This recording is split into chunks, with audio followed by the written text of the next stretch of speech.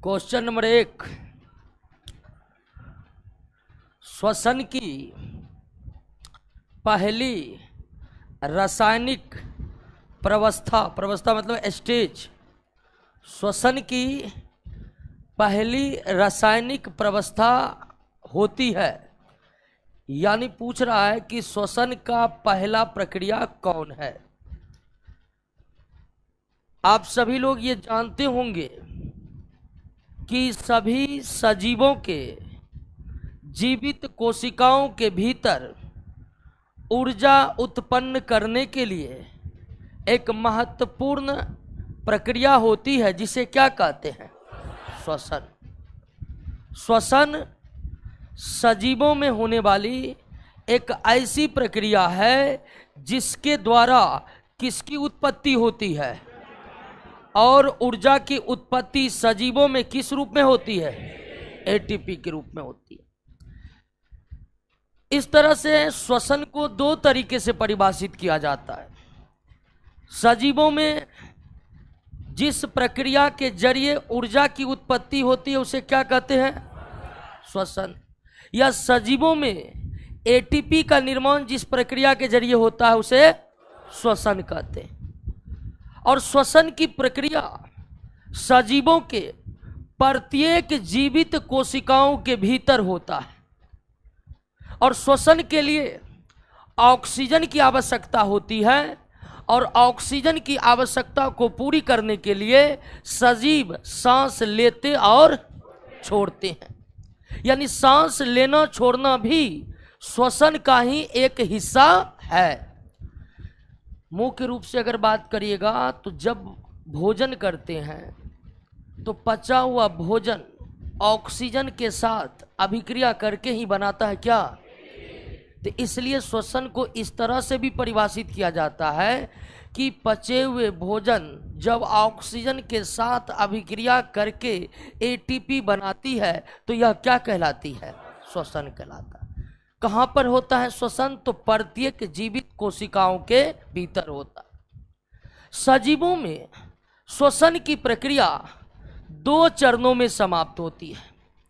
Respiration यानी श्वसन दो चरणों में समाप्त होती है। श्वसन का पहला स्टेज है क्या? ग्लाइकोलाइसिस,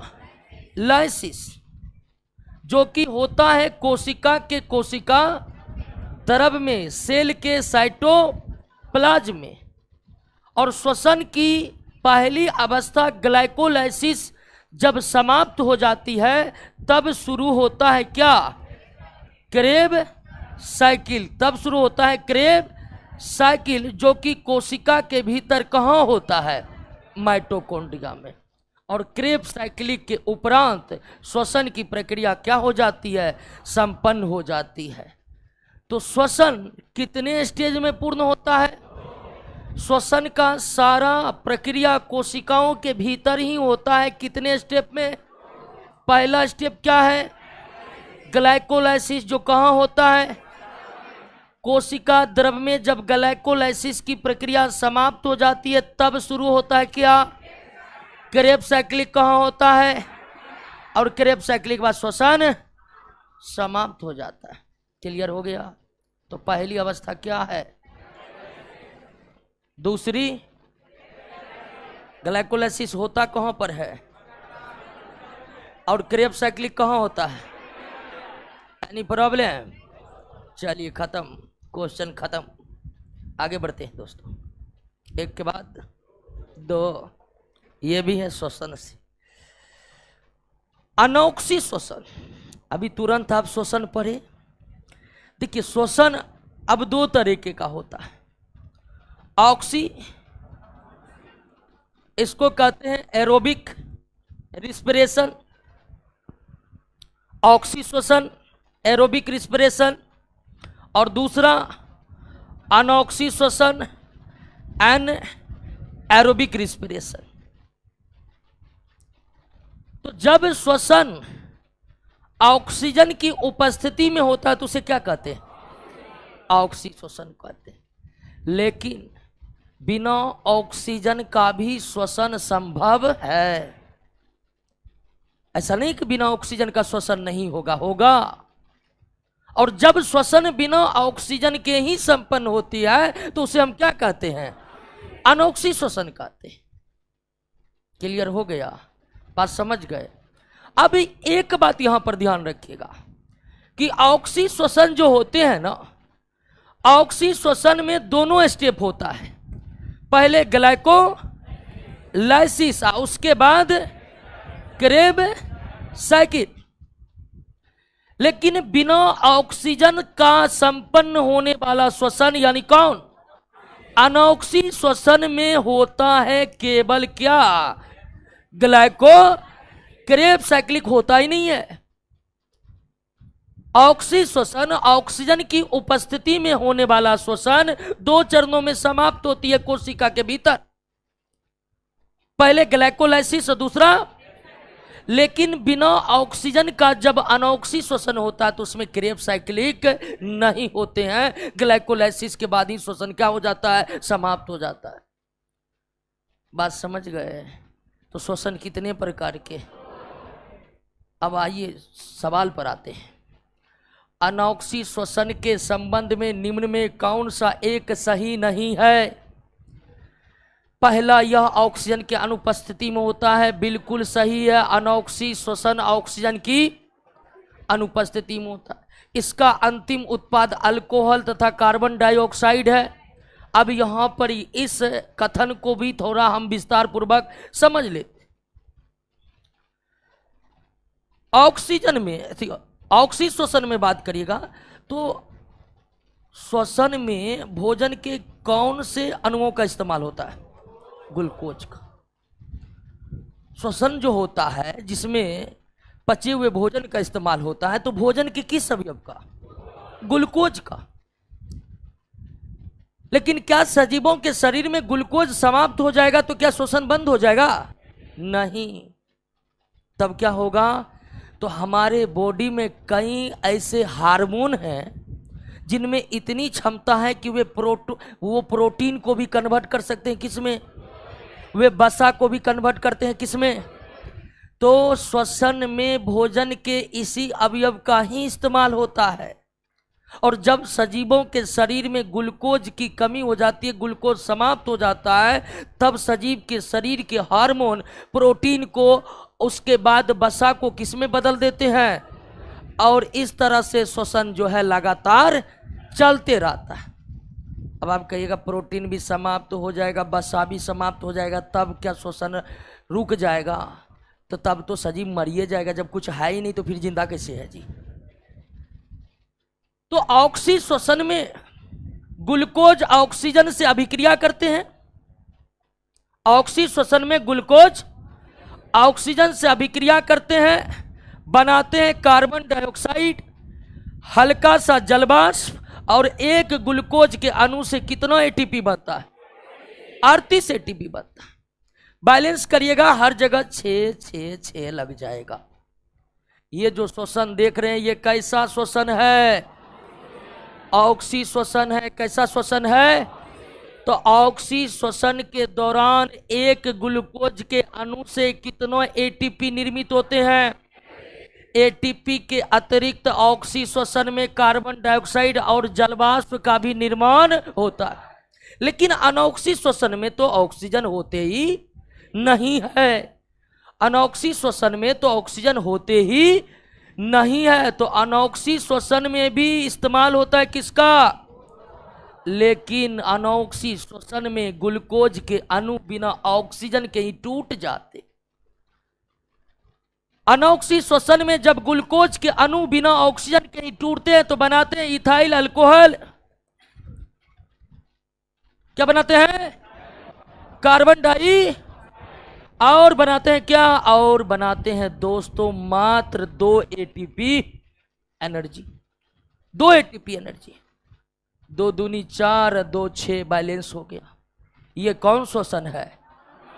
तो अनॉक्सी श्वसन के दौरान ग्लूकोज के अणु कोशिकाओं के भीतर बिना ऑक्सीजन के टूटते हैं, बनाते हैं इथाइल अल्कोहल, बनाते हैं कार्बन डाइऑक्साइड, और एक ग्लूकोज के अणु अनॉक्सी श्वसन में मात्र कितना बनाता है? जबकि ऑक्सी श्वसन में लेकिन ध्यान दीजिए दोस्तों, अनोक्सी श्वसन भिन्न भिन्न सजीवों में एक समान रूप से नहीं होता। ऑक्सी श्वसन सभी सजीवों में एक ही तरह से होता है, लेकिन अनोक्सी एक तरह से नहीं होता है दोस्तों। जब जंतु में, जैसे कि मानव जंतु में जब किसी कारणवश अनोक्सी श्वसन शुरू होता है, तब ग्लूकोज के अणु लैक्टिक एसिड में टूट जाते हैं। किस में टूट जाते हैं? लैक्टिक एसिड में टूट जाते हैं। किस में टूट जाते हैं? ये है दोस्तों लैक्टिक एसिड। ये है क्या? Lactic acid. जंतु में अनोक्सी श्वसन के दौरान क्या बनता है? Lactic acid. लेकिन अगर पौधा की बात कीजिएगा, किसकी बात कीजिएगा? पौधा की बात कीजिएगा, जीवाणु की बात कीजिएगा, जीवाणु में तो हमेशा अनोक्सीय श्वसन होता है, ऑक्सी होता ही। लेकिन किसी कारणवश पौधा को ऑक्सीजन मिलना कम हो जाए या पौधा को ऑक्सीजन तत्काल नहीं मिले, तो पौधे के कोशिका में भी शुरू होगा क्या? अनोक्सी श्वसन। तो पौधा और जीवाणु में जब अनोक्सी श्वसन होते हैं तो इथाइल अल्कोहल, कार्बन डाइऑक्साइड और एक ग्लूकोज के अणु से कितना एटीपी। लेकिन वहीं जंतु जैसे कि मानव के शरीर को कभी किसी कारणवश ऑक्सीजन की पर्याप्त आपूर्ति न मिले तो मानव के भी कोशिका में शुरू होगा अनोक्सी श्वसन और बनेगा क्या? क्लियर हो गया? अनोक्सी श्वसन के दौरान अल्कोहल भी बनते हैं, अनोक्सी श्वसन के दौरान लैक्टिक एसिड भी बनते हैं। अल्कोहल बनते हैं किसमें? और लैक्टिक एसिड बनते हैं किसमें? और अनोक्सी श्वसन में एक ग्लूकोज से मात्र कितना एटीपी? 2 एटीपी। कितना एटीपी? यहां से एक प्रश्न और भी पूछा जाता है, जब कोई व्यक्ति बहुत तेजी कोई काम करता है तो जल्द थकावट आ जाती है, किसके संचय के कारण?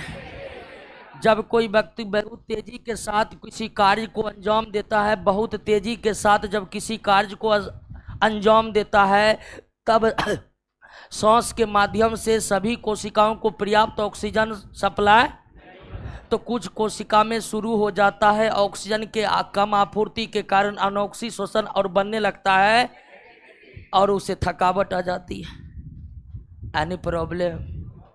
No any problem. अब सवाल बनेगा तुरंत, तो बी भी सही है, सी सही है। अनोक्सी श्वसन की क्रिया माइटोकॉन्ड्रिया में पूर्ण होती है। अनोक्सी श्वसन में केवल ग्लाइकोलाइसिस होते हैं और ग्लाइकोलाइसिस कोशिका के कोशिका, तो अनोक्सी श्वसन में माइटोकॉन्ड्रिया की कोई भागीदारी, और इस तरह से ये कथन क्या है? गलत है। बात समझे कि नहीं समझे? क्लियर हुआ? अब श्वसन से सवाल आपको दिक्कत नहीं करेगा। ध्यान दीजिए, ये 2 सवाल आपको दिक्कत नहीं करेगा। श्वसन बहुत बड़ा चैप्टर है, आगे और प्रश्नों से मुलाकात करवाएंगे। फिलहाल हम आते हैं 2 के बाद 3 पर। ये क्या हो गया आज? बायोलॉजी आ रहा है। Where is chemistry and physics? चलिए, क्वेश्चन आज हड़बड़ी में सेट हुआ है लगता है। क्वेश्चन हम सेट करते नहीं है। 3 नंबर, निम्नलिखित में कौन सा हार्मोन अमाशय के जठर ग्रंथि को उत्तेजित करता है जो जठर रस स्रावित? आप जानते हैं कि पाचन की प्रक्रिया में अमाशय से जठर रस निकलते हैं जो भोजन को पचवाने का, लेकिन हमारे आहार नाल के भिन्न भिन्न भागों से न सिर्फ एंजाइम निकलते हैं बल्कि हार्मोन भी निकलते हैं। जैसे सिक्रिटिन वो हार्मोन है जो अग्न्याशय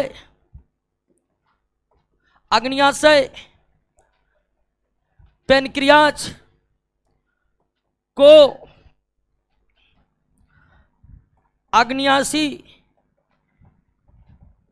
रस स्रावित करने हेतु उत्तेजित करता है। सेक्रेटिन का काम है किस अंग को उत्तेजित करना? अग्न्याशय।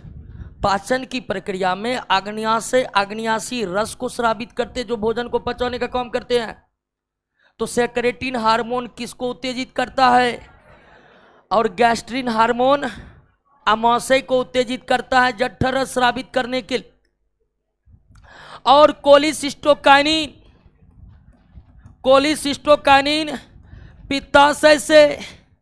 पित्ताशय से गॉल ब्लैडर से पित्त रस स्रावित करवाता है, पित्त रस स्रावित करवाता है। क्लियर हो गया? ये आहार नाल के 3 प्रमुख हार्मोन है। ये हार्मोन का निर्माण किसी ग्रंथि में नहीं होता है। अब हार्मोन के बारे में फिलहाल यही जानते होंगे कि हार्मोन अंतःस्रावी ग्रंथियों में बनता है, लेकिन ये जो हार्मोन देख रहे हैं इसका निर्माण किसी अंतःस्रावी ग्रंथियों में नहीं, बल्कि पाचन तंत्र के ही भिन्न भिन्न भागों में होता है। और इसका क्या काम है? काम आपके सामने है। क्लियर हो गया? तो गैस्ट्रिन हार्मोन, एक बार तो एग्जाम में यही पूछा था कि गैस्ट्रिन क्या है, गैस्ट्रिन हार्मोन है। तो गैस्ट्रिन हार्मोन का काम है अमाशय को जठर रस स्रावित करने के लिए उत्तेजित करना। कोलिसिस्टोकाइनिन का काम है गॉल ब्लैडर पित्ताशय को पित्त रस स्रावित करवाने के लिए उत्तेजित करना। और सिक्रेटिन का काम है अग्न्याशय को अग्न्याशय रस स्रावित करने के लिए। क्लियर हो गया? और इसको समझना नहीं है, याद कर लेना है, क्योंकि इसमें समझने वाला कोई पॉइंट है ही नहीं। रंध्र के खुलने तथा बंद होने की क्रिया का नियंत्रण किस हार्मोन द्वारा होता है? एक क्वेश्चन पूछा जाता है कि रंध्र को खोलता और बंद कौन करता है? तो इसका उत्तर है क्या? द्वार कोशिका, गार्ड सेल। लेकिन यह प्रश्न यहां पर नहीं है, यहां हार्मोन की बात की जा रही है। रंध्र समझ रहे हैं ना? पौधों के पत्तियों को अगर माइक्रोस्कोप से देखा जाए तो उसमें सूक्ष्म सूक्ष्म छिद्र दिखाई पड़ते हैं। पत्ती में स्थित सूक्ष्म छिद्र ही क्या कहलाते हैं? रंध्र कहलाते हैं। और यह रंध्र दिन में खुले रहते हैं, रात में बंद हो जाते हैं। खोलने और बंद करने का काम कौन करता है? द्वार कोशिका। और एक रंध्र के दोनों तरफ 2 द्वार कोशिकाएं होती हैं। कितने द्वार कोशिकाएं? ये भी प्रश्न आया हुआ है। एक रंध्र के तरफ कितने द्वार कोशिकाएं होते हैं? 2 द्वार कोशिकाएं होते हैं। एक रंध्र के दोनों तरफ कितने द्वार कोशिकाएं? और वैसे दोनों तरफ बोल रहे हैं तो 2 ही होगा, लेकिन चारों तरफ बोल दे तो भी 2 ही होगा। बात समझ गए कि नहीं? और यही द्वार कोशिका दिन में रंध्र को खोले रखती है, रात में बंद कर देती है। क्यों? तो पौधे की विशेषता है कि ऐसे ही होगा। लेकिन यहां कह रहा है कौन सा हार्मोन इसको खोलता और बंद करता? तो साइटोकाइनिन हार्मोन रंध्र को खुलने में मदद करता है और एब्सिसिक एसिड रंध्र को बंद करने में मदद करता है। साइटोकाइनिन हार्मोन रंध्र को खुलने में मदद करता है और एब्सिसिक अम्ल रंध्र को बंद होने में मदद करता है। क्लियर हो गया? अब पूछ देगा कौन से पोषक पदार्थ नहीं, कौन से खनिज लवण रंध्र को खुलने और बंद करने में मदद करता है? तो उसका उत्तर है पोटेशियम। कौन? पोटेशियम या पोटेशियम आयन। कौन से खनिज लवण पौधे के रंध्र को बंद और खुलने में मदद करते हैं? पोटेशियम। वेरी गुड दोस्तों, पोटेशियम। कहिए कोई दिक्कत?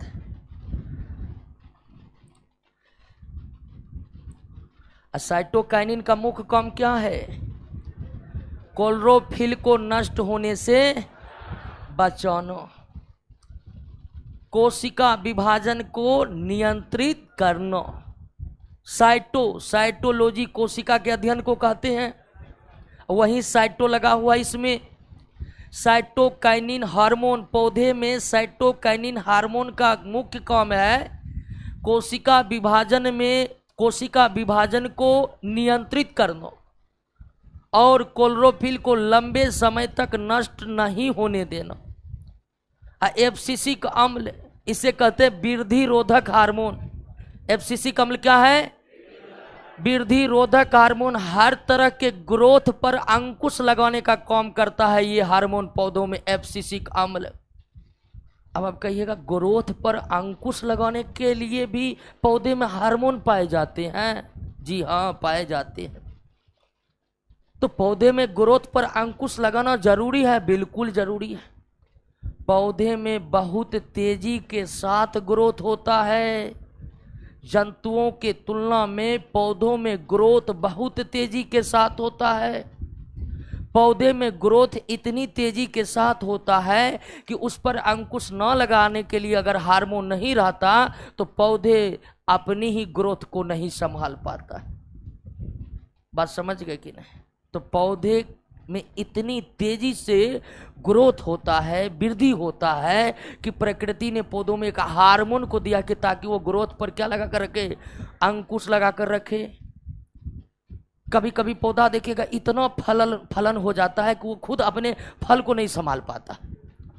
अब देखिए होंगे फल के कारण इतना फल लग गया कि शाखाएं ही टूट गई। इतना फल लग गया कि शाखा ही टूट गई। आखिर पौधे को पता नहीं था कि इतना फल नहीं लगाना है, शाखा टूट जाएगी? नहीं पता, जमकर ग्रोथ कर दिया। ऐसी स्थिति में एब्सिसिक अम्ल निकलता है और कुछ फलों को गिरवा देता है। यह हुआ वृद्धि पर अंकुश लगाना।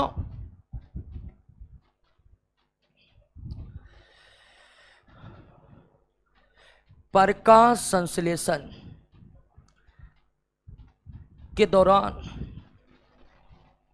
ग्लूकोज के एक अणु के निर्माण के लिए केल्विन चक्र कितनी बार होनी चाहिए? अब ध्यान दीजिए दोस्तों कि जिस तरह श्वसन 2 चरणों में संपन्न होता है, उसी तरह प्रकाश संश्लेषण 2 चरणों में संपन्न होता है। प्रकाश संश्लेषण की प्रक्रिया पौधे के समस्त हरे भाग के कोशिकाओं के भीतर क्लोरोप्लास्ट में संपन्न होता है। जैसे श्वसन माइटोकॉन्ड्रिया में होता है तो प्रकाश संश्लेषण क्लोरोप्लास्ट के भीतर होता है। और प्रकाश संश्लेषण पौधे के पत्तियों में नहीं, समस्त हरे भागों में होता है, क्योंकि समस्त हरे भाग के कोशिका में क्लोरोप्लास्ट मौजूद रहता है और उसी क्लोरोप्लास्ट के भीतर क्या होता है? और प्रकाश संश्लेषण श्वसन के तरह ही 2 चरणों में संपन्न होता है। एक लाइट रिएक्शन, इसको क्या कहते हैं? हिल रिएक्शन। हिल वैज्ञानिक का नाम है जिन्होंने पहली बार इस रिएक्शन की खोज की थी। और दूसरा क्या है? Dark reaction. डार्क रिएक्शन, और इसे कहते हैं क्या? केल्विन। क्लियर हो गया? Light reaction, light reaction chloroplast के भीतर ग्राना वाले भाग में होता है। किस भाग में? ग्राना वाले भाग में। और डार्क रिएक्शन क्लोरोप्लास्ट के भीतर एस्ट्रोमा वाले भाग में होता है। किस भाग में? क्लोरोप्लास्ट के भीतर भी भाग होते हैं, ग्राना और एस्ट्रोमा हरित लबक के भीतर के भाग है। प्रकाश संश्लेषण का लाइट रिएक्शन हरित लबक के भीतर किस भाग में संपन्न होता है? ग्राना वाले भाग में। और डार्क रिएक्शन, प्रकाश संश्लेषण का डार्क रिएक्शन या केल्विन रिएक्शन हरित लबक के किस भाग में संपन्न होते हैं? एस्ट्रोमा वाले भाग में। इसको भी याद रखना है। क्लियर हो गया? अब सवाल ये पूछ रहा है कि प्रकाश संश्लेषण के दौरान ग्लूकोज, ग्लूकोज का क्या है फॉर्मूला? ग्लूकोज के एक अणु के निर्माण के लिए केल्विन चक्र कितनी बार होना चाहिए? सबसे पहले यह जानिए, हालांकि रिएक्शन तो बहुत बड़ा है, इतना बड़ा है कि हमें याद भी नहीं है। केल्विन चक्र, एक केल्विन चक्र में कार्बन डाइऑक्साइड के एक अणु का ही इस्तेमाल होता है। एक केल्विन साइक्लिक में कार्बन डाइऑक्साइड का कितने अणु का इस्तेमाल होता है? एक। अब ग्लूकोज बनने के लिए कार्बन के कितने परमाणु चाहिए? 6। एक कार्बन डाइऑक्साइड के अणु में कार्बन के कितने परमाणु है? 1। अब ग्लूकोज बनाने के लिए चाहिए 6।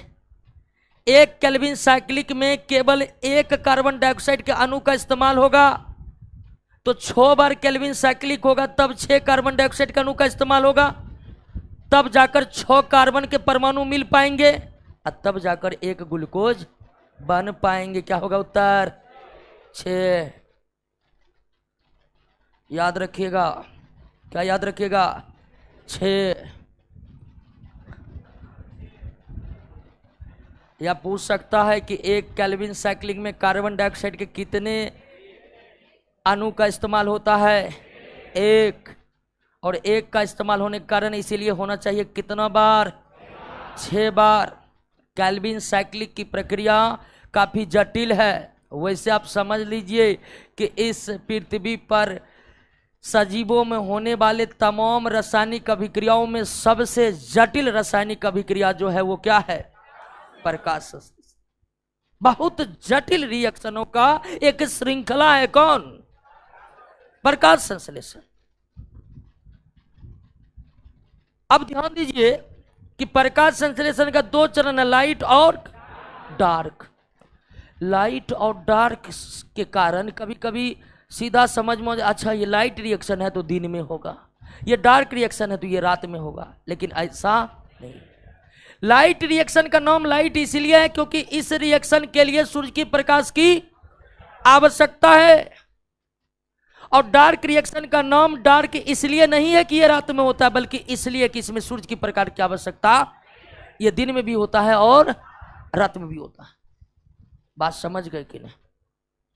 डार्क रिएक्शन नाम इसलिए पड़ा क्योंकि इस रासायनिक अभिक्रिया के लिए सूर्य के प्रकाश की आवश्यकता नहीं है, इसलिए इसका नाम डार्क पड़ा है। क्लियर हो गया?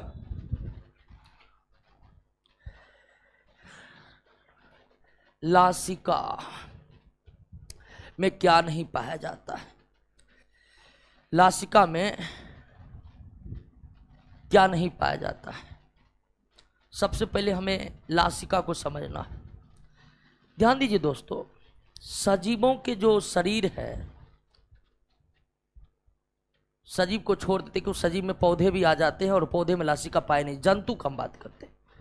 जंतुओं के जो शरीर है उनके भिन्न भिन्न ऊतक, भिन्न भिन्न अंगों के बीच कुछ ना कुछ जगह खाली है।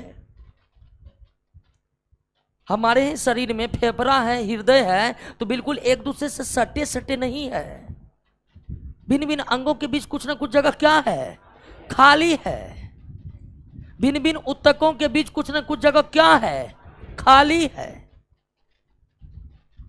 तो जंतुओं के भिन्न भिन्न अंग, भिन्न भिन्न ऊतक एक दूसरे से बिल्कुल सटे सटे नहीं होते हैं, बल्कि उनके बीच कुछ ना कुछ जगह क्या होती है? खाली होती है। बात समझ गए? अब आइए दोस्तों कि जब रक्त नलियों से होकर, मानव के रक्त नलियों से होकर, और खासकर किससे होकर? धमनी, आर्टरी, धमनी से जो होकर रक्त बहता है, धमनी से होकर जो रक्त बहता है वह रक्त बहता है उच्च दाब पर।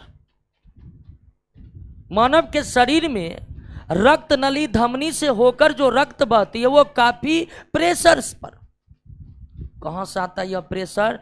तो हृदय लगाती है इस पर प्रेशर। और जब धमनी से होकर उच्च दाब पर ब्लड बहती है, रक्त बहती है, तो कुछ रक्त का कुछ भाग रिस रिस कर क्या होते हैं? बाहर निकल जाते हैं। रिस रिस कर क्या होते हैं? बाहर निकल जाते हैं। उच्च दाब पर बहने वाले रक्त का कुछ भाग जो रिस रिस कर रक्त नलियों से बाहर निकलते हैं, वे अंग और ऊतकों के बीच के खाली जगह पर जाकर क्या हो जाते हैं? जमा हो जाते हैं। अंग और ऊतकों के बीच के खाली जगह में रिस रिस कर निकला ब्लड जो जमा होता है, उसे को क्या कहते हैं? लासिका कहते हैं। तो लासिका भी एक प्रकार का ब्लड ही है जो रिस रिस कर निकला है। क्यों? तो उच्च दाब के कारण। अब कहिएगा कि प्रकृति ने हमें प्लास्टिक का नली नहीं दिया है, इसका मतलब तो बिल्कुल सही है नली भी मांसपेशियों से ही बनी होती है। तो लासिका क्या है समझ गए ना? कोई दिक्कत नहीं ना? तो जब रक्त रिश्ता है ना, तो रक्त का कौन सा भाग रिश्ता है? प्लाज्मा और WBC। प्लाज्मा और RBC और प्लेटलेट्स अपने बड़े आकार के कारण रिस नहीं पाते। तो इस तरह से लासिका में ब्लड के दो ही कंपोनेंट होते हैं, प्लाज्मा और, यानी कि लासिका में RBC और प्लेटलेट्स दोनों का अभाव पाया जाता है। RBC और प्लेटलेट्स दोनों का अभाव पाया जाता है। क्लियर? बात समझ गए? तो यहां थोड़ा त्रुटिपूर्ण है यह प्रश्न, लेकिन आप ये समझ ही गए ना कि लासिका में क्या क्या रहता है। Plasma plus WBC is called to लासिका। लासिका क्या है समझ गए ना? लासिका को उत्तक द्रव भी कहते हैं। क्या कहते हैं? उत्तक द्रव। अंग्रेजी में इसे बॉडी फ्लूइड भी कहते हैं। क्या कहते हैं? और RBC की अनुपस्थिति के कारण लासिका रक्त के तरह लाल नहीं होते हैं, श्वेत ही होते हैं। सुजीत कुमार घूम रहा है, अभी भी घूम रहा है। क्या घूम रहा है जी?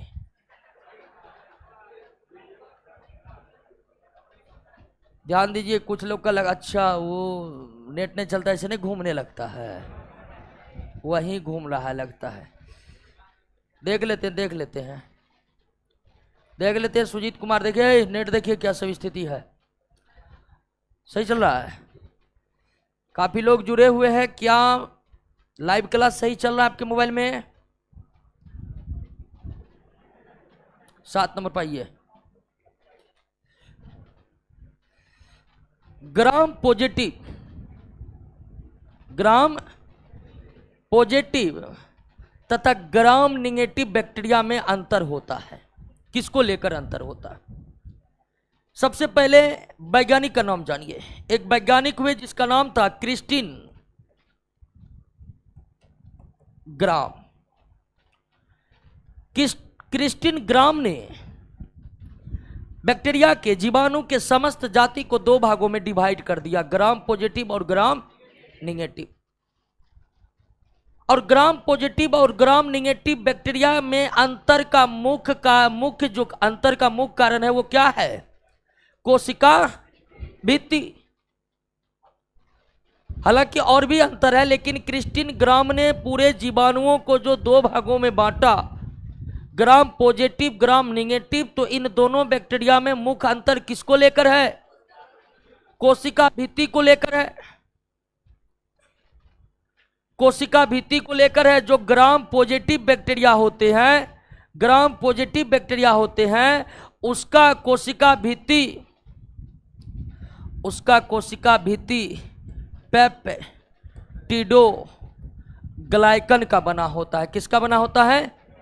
पेप्टिडोग्लाइकन का बना होता है। यह एक विशेष प्रकार का कार्बोहाइड्रेट है।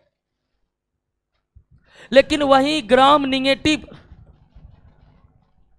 निगेटिव बैक्टीरिया जो है, इसका कोशिका भित्ति पेप्टिडोग्लाइकन का नहीं बनकर लिपोपोलीसेकेराइड का बना होता है। किसका बना होता है?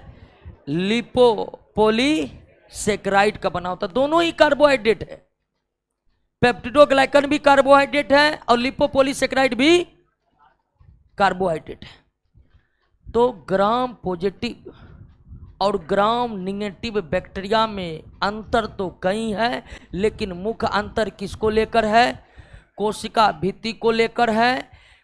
ग्राम पॉजिटिव बैक्टीरिया का कोशिका भित्ति पेप्टिडोग्लाइकन का बना होता है, तो वही ग्राम निगेटिव बैक्टीरिया का कोशिका भित्ति लिपोपोलीसेकेराइड का बना होता है। यानी और अब तक ज्ञात बैक्टीरिया की अधिकांश जातियां क्या है?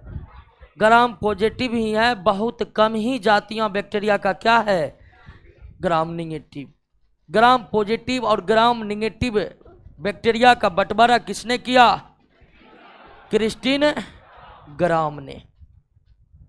क्लियर? बफरिंग करता है। बफरिंग दोस्तों आपके खुद के नेटवर्क के कारण ही करता होगा।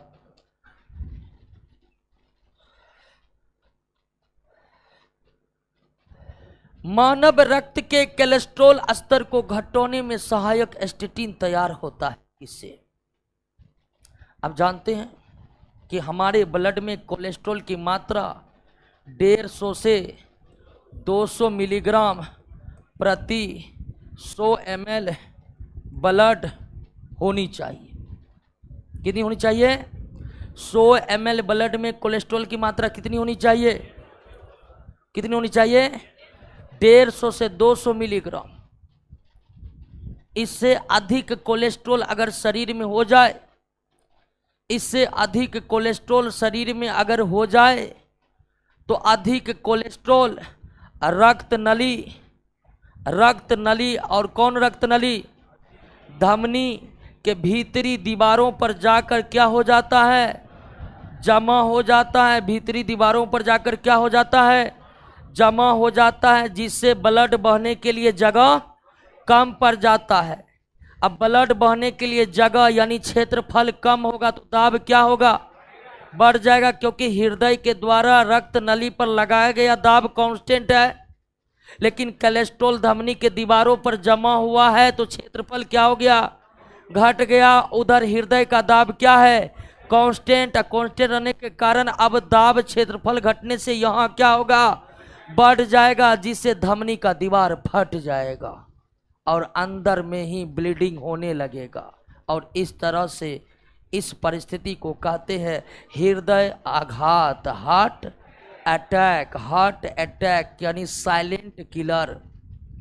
तो जब मानव के शरीर में कोलेस्ट्रॉल की मात्रा 200 मिलीग्राम से अधिक हो जाती है तो वे अधिक कोलेस्ट्रॉल धमनी के दीवारों पर जाकर जमा हो जाते हैं। फलस्वरूप रक्त बहने के लिए जगह कम पड़ जाते हैं और धमनी के दीवारों पर रक्त का दाब अधिक हो जाता है, जिसके कारण धमनियां शरीर के भीतर ही फट जाते हैं और इस तरह से हृदय आघात आ जाता है। अंततः व्यक्ति की मौत हो जाती है। इस रोग को कहते हैं एथीरोस्क्लेरोसिस। धमनी के दीवार पर कोलेस्ट्रॉल जमा होना कौन सा रोग कहलाता है?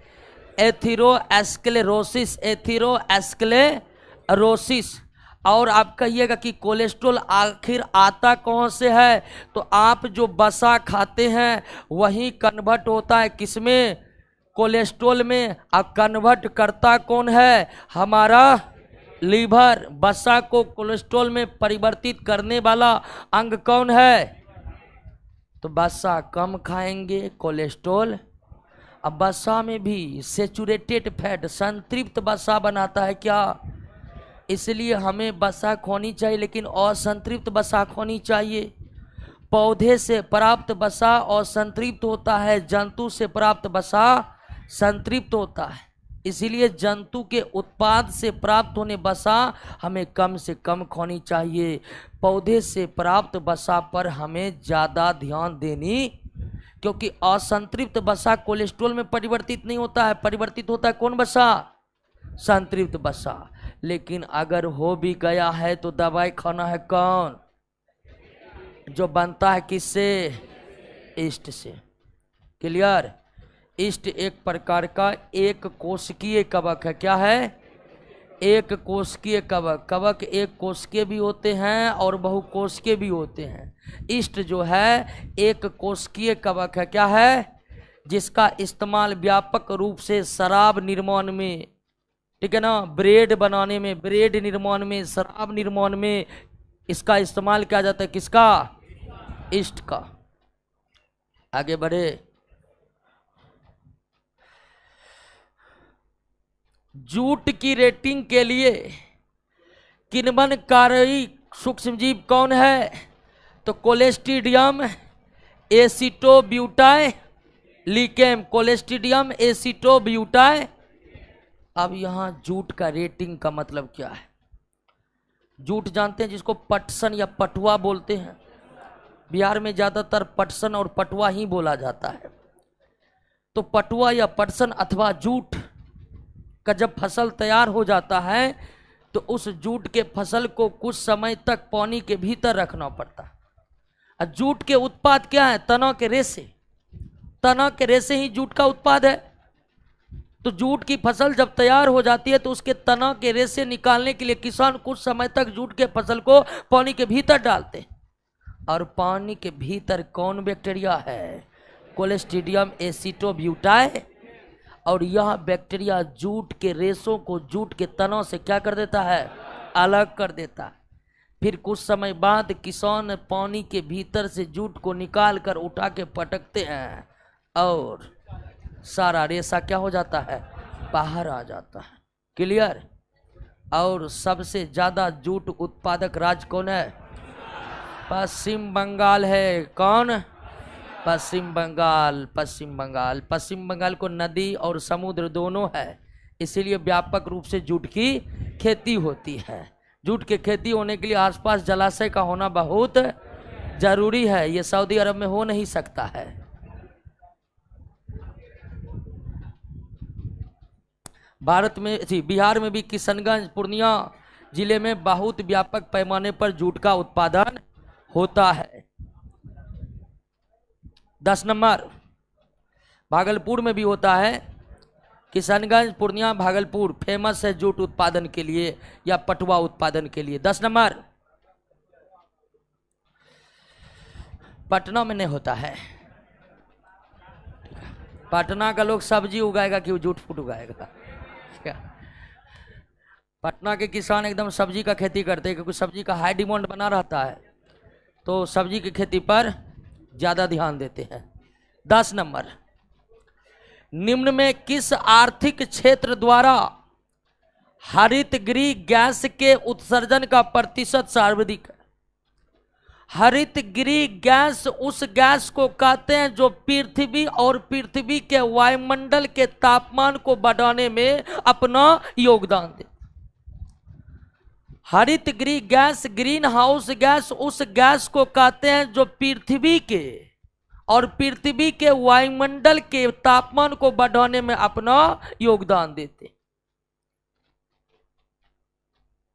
और हरितगृह यानी कि हरितगृह में योगदान देने वाला सबसे महत्वपूर्ण गैस कौन है, जिसका टोटल योगदान 60% है। दूसरा स्थान किसका है, मेथेन का, जिसका योगदान है। तीसरा स्थान है फ्लोरीन युक्त गैस का, फ्लोरीन युक्त गैस का, जैसे कि CFC, HFC, इसका योगदान है कितना, 14%। और नाइट्रस ऑक्साइड का योगदान है कितना, 6%। तो सबसे ज्यादा ग्रीन हाउस में, सबसे ज्यादा हरितगृह गैस में सबसे ज्यादा योगदान किसका है, कार्बन डाइऑक्साइड का। तो कह रहा है कि कौन से आर्थिक क्षेत्र हरितगृह गैसों के उत्सर्जन का प्रतिशत सर्वाधिक है, तो यह है विद्युत एवं ऊर्जा उत्पादन क्षेत्र। ठीक है। आज लगभग सभी विकासशील देश अपने 60% से अधिक ऊर्जा का उत्पादन कोयले से लेते हैं और कोयले जलने से भारी परिमाण में हरितगृह गैस जो है वह वायुमंडल में जाते हैं। क्लियर।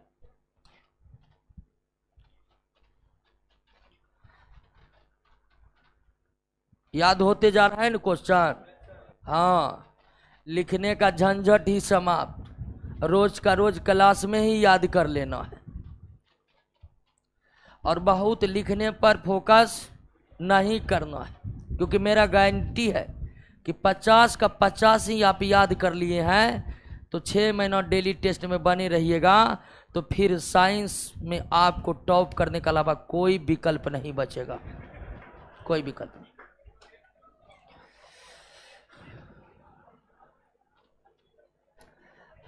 ग्यारह नंबर, न बहुत स्टूडेंट का मांग रहा था कि कुछ एक्स्ट्रा पॉइंट लिखाइए। हम उनसे कहते कि पहले 50 पॉइंट याद करिए। ये नहीं एक्स्ट्रा पॉइंट लिख लिए है, मेन 50 याद नहीं हुआ है, क्या करिएगा एक्स्ट्रा पॉइंट लिखकर? एक्स्ट्रा पॉइंट तो लूसेंट में भरे पड़े हैं, क्या उसी से रट लीजिएगा, काम तमाम है। तो इसीलिए क्वेश्चन को समझना है पूरी तरह से, और क्लासरूम में ही क्वेश्चन याद हो जानी चाहिए। 11 नंबर, मॉन्ट्रियल प्रोटोकॉल के संबंध में निम्नलिखित कथनों पर विचार कीजिए। मॉन्ट्रियल प्रोटोकॉल के संबंध में निम्नलिखित कथनों पर विचार कीजिए। पहला है, यह ओजोन विघटनकारी एवं वैश्विक तापन के लिए जिम्मेदार सभी पदार्थों के उत्सर्जन पर क्रमशः रोक लगाने हेतु एक बाध्यकारी अंतर्राष्ट्रीय संधि है। बात तो सही है, लेकिन कुछ गलत है। ये जो मॉन्ट्रियल प्रोटोकॉल है, ये केवल किसके लिए है? वैश्विक तापन यानी ग्लोबल वार्मिंग के लिए यह प्रोटोकॉल नहीं है।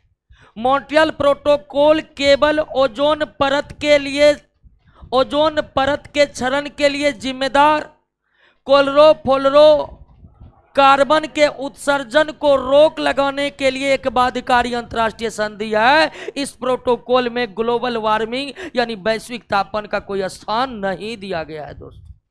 इसलिए कथन गलत मानेंगे, क्योंकि यह पूरी तरह से सही नहीं है।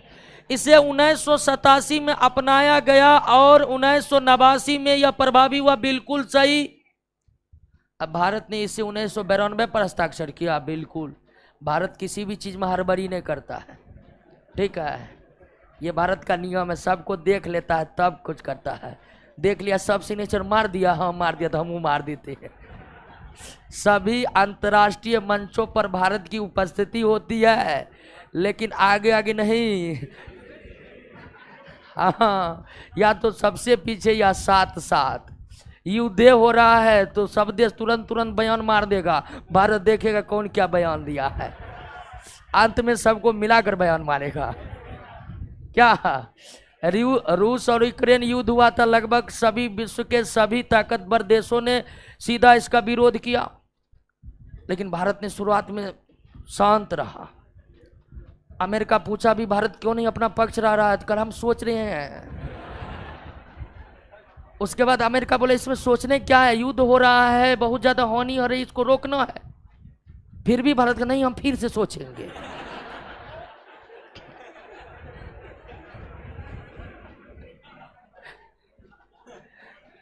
तो असत्य कथन, असत्य कथन क्या है? केवल एक। असत्य कथन है केवल एक। तुरंत निर्णय होता है केवल पाकिस्तान मामले में। अब तो ये सुनने में पाकिस्तान मामले में सेना ही निर्णय करते हैं, दिल्ली खबर होता भी नहीं है। 12 नंबर, आगरा स्थित विश्व प्रसिद्ध ताजमहल को आगरा स्थित विश्व प्रसिद्ध ताजमहल को मुख्यतः किस गैस से खतरा है? गैस से खतरा नहीं है, खतरा है किससे? अम्ल वर्षा से, एसिड रेन से खतरा।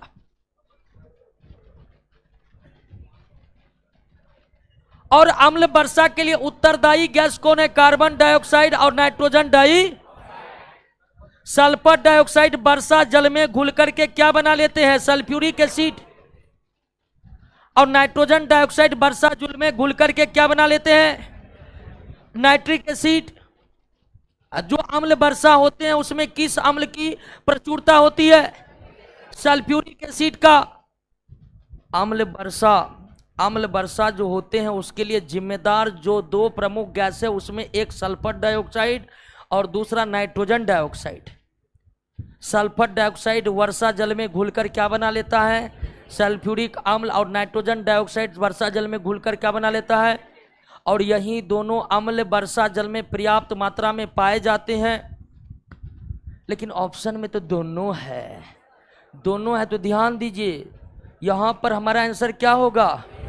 क्योंकि अम्ल वर्षा में सबसे ज्यादा किस अम्ल की उपस्थिति होती है? इसकी उपस्थिति नाम मात्र ही होती है, तो ज्यादा उपस्थिति इसकी होती है, इसलिए हम इसका आंसर क्या देंगे? सी देंगे, बी नहीं देंगे। क्या देंगे? तो खतरा है सल्फर डाई ऑक्साइड का। नेक्स्ट, जल कांच को भिगोता है क्योंकि जल कांच को क्या कर देता है? भिगोता है। यहां पर आपको भिगोने के लिए दो प्रकार के बलों के बारे में जान लेना बहुत जरूरी है। एक ससंजक बल, कोहेसिव फोर्स, और दूसरा आसंजक बल, एडहेसिव फोर्स। एडहेसिव का मतलब होता है चिपकाना। ससंजक आसंजक बल समान परमाणु या अणु के बीच का बल क्या कहलाता है? ससंजक बल। एक बात जान लीजिए थोड़ा सा कि प्रत्येक पदार्थ परमाणुओं से मिलकर बने हैं और परमाणु एक दूसरे को आकर्षित करते, जिसे अंतराण्विक बल कहते। तो समान परमाणुओं के बीच लगने वाले अंतराण्विक बल को क्या कहते हैं? ससंजक बल। अब भिन्न भिन्न परमाणु अथवा अणु के बीच लगने वाले अंतराण्विक बल या बल को क्या कहते हैं? आसंजक बल। एक पदार्थ दूसरे पदार्थ को भिगा दे, इसके लिए किस बल का अधिक होना जरूरी है? आसंजक बल का होना अधिक जरूरी है। जल कांच को भिगा दिया, जल और कांच के अणु के बीच लगने वाला बल कैसा होगा? क्योंकि जल का अणु अलग, कांच का अणु, तो उनके बीच लगने वाला बल आसंजक। केबल और केवल जल के अणुओं के बीच लगने वाला बल। तो जल कांच को इसलिए भिगा दिया क्योंकि जल के अणुओं का ससंजक जल और कांच के अणुओं के आसंजक से बहुत कम है। बात समझ गए कि नहीं? जल कांच को इसलिए भिगा दिया कि जल के अणु के बीच लगेगा कैसा बल? इससे कई गुना ज्यादा है जल और कांच के अणु के बीच का आसंजक। बात समझ गए? तो जल और कांच के अणुओं के बीच आसंजक अधिक है, किससे? जल के अणुओं के ससंजक से। तो जल के अणु को खींच लेगा किसका अणु? कांच का अणु, क्योंकि आसंजक बल का मान क्या है? ज्यादा। और कांच का अणु जल के अणु को खींच लेगा तो कांच जल से क्या हो जाएगा? भीग जाएगा। बात समझ गए?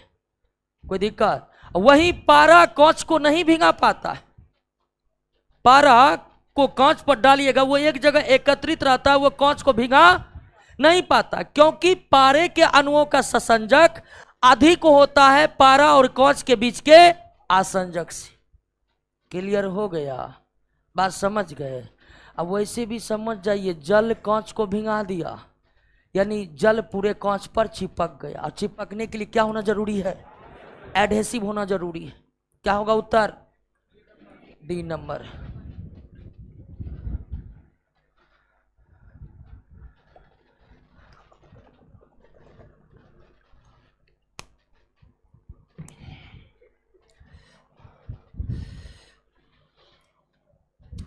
अगला, निम्नलिखित कथनों पर विचार कीजिए। -273 डिग्री सेल्सियस पर केल्विन पैमाना शून्य हो जाता है, बिल्कुल। -273 डिग्री सेल्सियस बराबर कितना? 0 केल्विन होता है। और 273 केल्विन 73 केल्विन 0 डिग्री सेल्सियस होता है। तो ये कथन क्या है? सही है। किसी भी गैस का आयतन 0 केल्विन पर शून्य नहीं होता, क्योंकि सभी गैस इस ताप के पूर्व ही द्रव या ठोस में बदल जाते। ये भी क्या है? 0 केल्विन या -273 डिग्री सेल्सियस टेम्परेचर को कहते हैं परम शून्य, एब्सोल्यूट जीरो टेम्परेचर। अब परम शून्य ताप एक काल्पनिक ताप है। आज तक कोई वैज्ञानिक इस ताप को प्राप्त करने में सफल नहीं हुए। माना जाता है कि इस ताप पर सभी गैस का आयतन 0 हो जाएगा, लेकिन जब गैस को 0 केल्विन तक ठंडा किया जाता है, उससे पहले ही गैस जम करके द्रव अब फिर क्या बन जाता है? ठोस। गैस रहता ही नहीं है। क्लियर हो गया? दोनों कथन आपका क्या है? सही है। दोनों कथन क्या है? सही है। निम्नलिखित में कौन सा विलयन प्रबल अम्लीय होगा? एक तो बात जानते हैं कि पीएच स्केल के मध्य में क्या होते हैं? 8, 9, 10, 11, 12, 13, 14, 6, 5, 4, 3, 2, 1। इधर जाएगा तो क्या होगा? अम्लीय। इधर भागेगा तो क्षारीय। और इधर क्या? उदासीन। ये बात तो जानते होंगे कि पीएच स्केल के द्वारा किसी विलयन के अम्लीयता और क्षारीयता का परीक्षण किया जाता है। पीएच स्केल को सोरेनसन नामक वैज्ञानिक ने 1909 में बनाया था। इस पीएच स्केल पर 1 से लेकर 14 तक के अंक होते हैं, मध्य में 7 होते हैं। जिस विलयन का पीएच मान 7 से कम होता है वो 7 से अधिक होता है 7 होता है तो उदासीन का मतलब ना तो वो अम्लीय है न ही क्षारीय है। जो ना तो अम्लीय है न ही क्षारीय है वो क्या कहलाता है? उदासीन। अब हम जितना पीछे जाएंगे, 0 से लेकर 14 तक होता है। 0 से लेकर 14 तक होता है। ठीक है। पीएच स्केल पर अंक 0 से लेकर 14 तक होता है। अब ध्यान दीजिए कि जितना हम पीछे बढ़ेंगे, अम्ल जो है उतना ज्यादा क्या होगा? शक्तिशाली हो जाएगा। जैसे 6 से 5 पर आएंगे, 6 से 5 पर आएंगे तो अम्ल कितना गुना शक्तिशाली? 5 से 4 पर आएंगे फिर कितना गुना शक्तिशाली? 10 गुना। यानी पीएच 4 जो है पीएच 5 से 10 गुना ज्यादा शक्तिशाली है। पीएच 5 पीएच 6 से 10 गुना ज्यादा शक्तिशाली है। पीएच 4 पीएच 6 से 10 गुना 10 यानी 100 गुना ज्यादा शक्तिशाली है। और ठीक उसी तरह जो जो आगे बढ़ेंगे क्या होगा? और हर एक स्टेप आगे बढ़ने से क्षार 10 गुना ज्यादा स्ट्रेंथ यानी प्रबल होता जाएगा। पीएच 9 जो है पीएच 8 से 10 गुना ज्यादा शक्तिशाली होगा। पीएच 10 पीएच 9 से 10 गुना ज्यादा शक्तिशाली होगा। पीएच 10 पीएच 8 से 10 गुना 10 यानी 100 गुना ज्यादा शक्तिशाली क्षार होगा। क्लियर हो गया? तो कह रहा है कौन सा विलयन प्रबल अम्लीय? यहां पर अम्लीय होगा तो ये तो होगा ही होगा कि नहीं होगा? और उसके साथ साथ ये भी होगा। इसका उत्तर क्या होगा? डी होगा। अब यहां पर पीएच नहीं है, पीओएच है। तो ध्यान रखिएगा एक बात, pH plus pOH equal to कितना होता है? 14। हाइड्रोजन आयन की शक्ति हाइड्रोक्सिल आयन की शक्ति मिलकर कितना? अगर किसी विलयन का पीओएच कितना होगा? 14, तो उस विलयन का पीएच हो जाएगा 14 - 14 यानी कितना?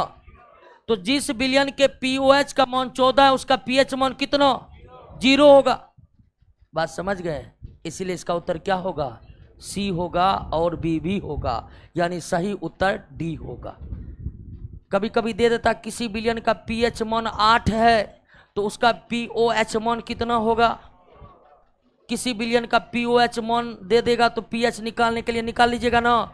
याद रखिएगा पीएच प्लस पीओएच बराबर कितना? कोई एक मौन देगा तो दूसरा मौन निकाल लीजिएगा ना। वहीं सी में क्या दिया है, POH दिया है, जो कितना है, तो मतलब उसका pH कितना है, मतलब वो भी बहुत प्रबल अम्लीय।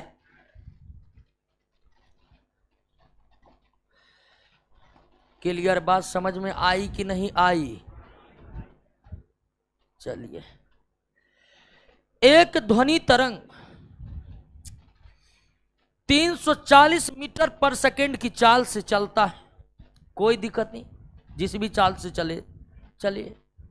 इसका तरंग दैर्घ्य वेवलेंथ 2 सेंटीमीटर है। इस ध्वनि तरंग को मानव सुन सकता है? नहीं सुन सकता है? सुन सकता है परंतु महसूस नहीं कर सकता। ये क्या बात है, ये तो वैसे दे दिया है, ठीक है। सुन लिया तो महसूस भी हो ही गया, ठीक है। ये हो सकता, महसूस हो सकता, लेकिन सुना नहीं जा सकता।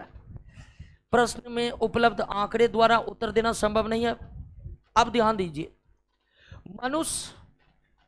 मनुष्य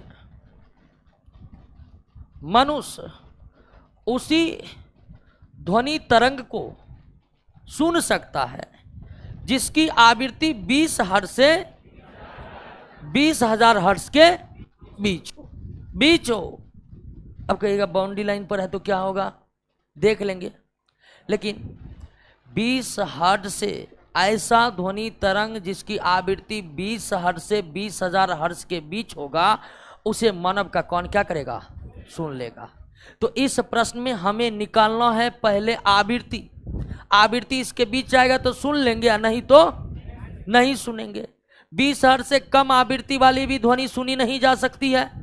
अब 20 हर्ट्ज से अधिक आवृत्ति वाली भी ध्वनि मानव के द्वारा सुनी। आइए दोस्तों, पहले आवृत्ति यानी फ्रीक्वेंसी निकालना है इस क्वेश्चन में। वेग दिया हुआ है कितना, वेवलेंथ यानी लैम्डा दिया हुआ है, यानी कि कितना मीटर। वेवलेंथ का SI मात्रक क्या है, मीटर। वेवलेंथ, लेंथ का SI मात्रक मीटर, तो सेंटीमीटर है, इसे किस में बदलना है, मीटर में बदलना है।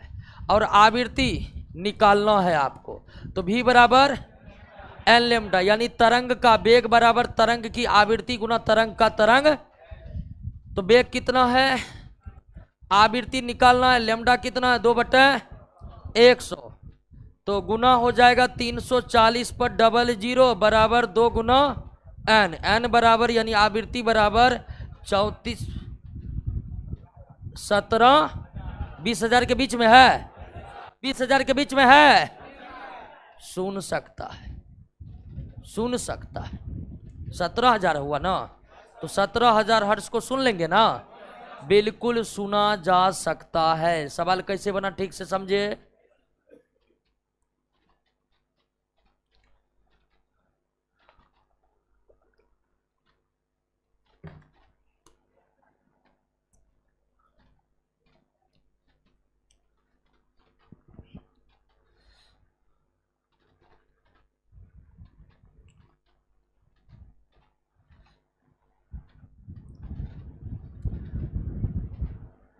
जूनियर सब तो अभी से पगला रहा है होली के कारण।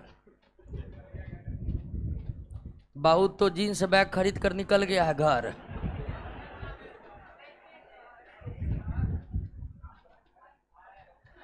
कोई भी पर्व आएगा 5 दिन पहले 5 दिन बाद तक पूरा मूड में रहेगा कि बस यही साल मौका, अगले साल तो सब पर्व कैंसिल होगा।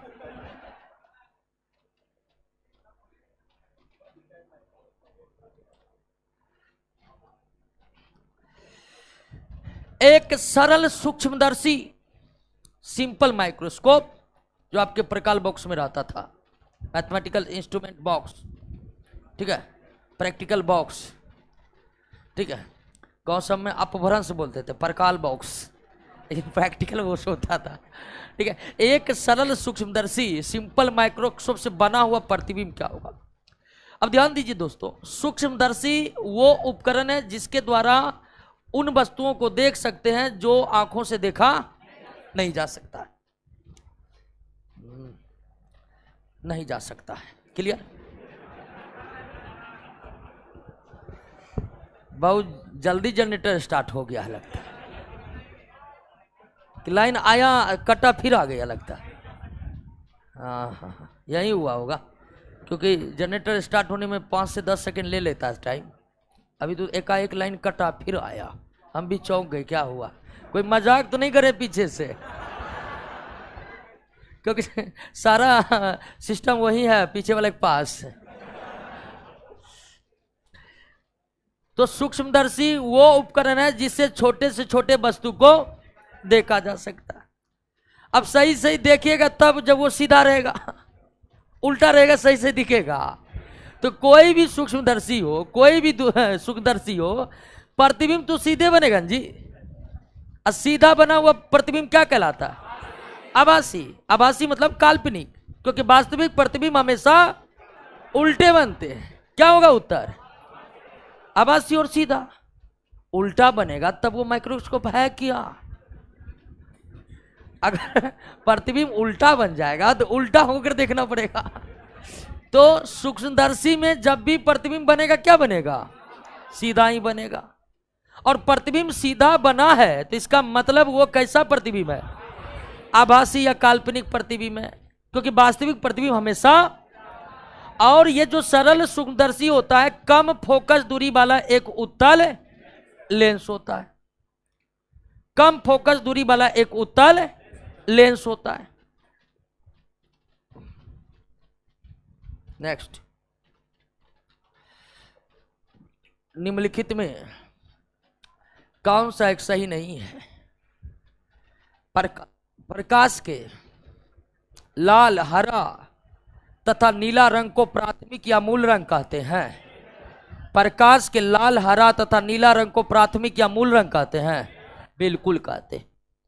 और इसे प्राथमिक या मूल रंग इसलिए कहते हैं कि इन तीन रंग के प्रकाश से प्रकाश के अन्य सभी रंगों को प्राप्त किया जा सकता है।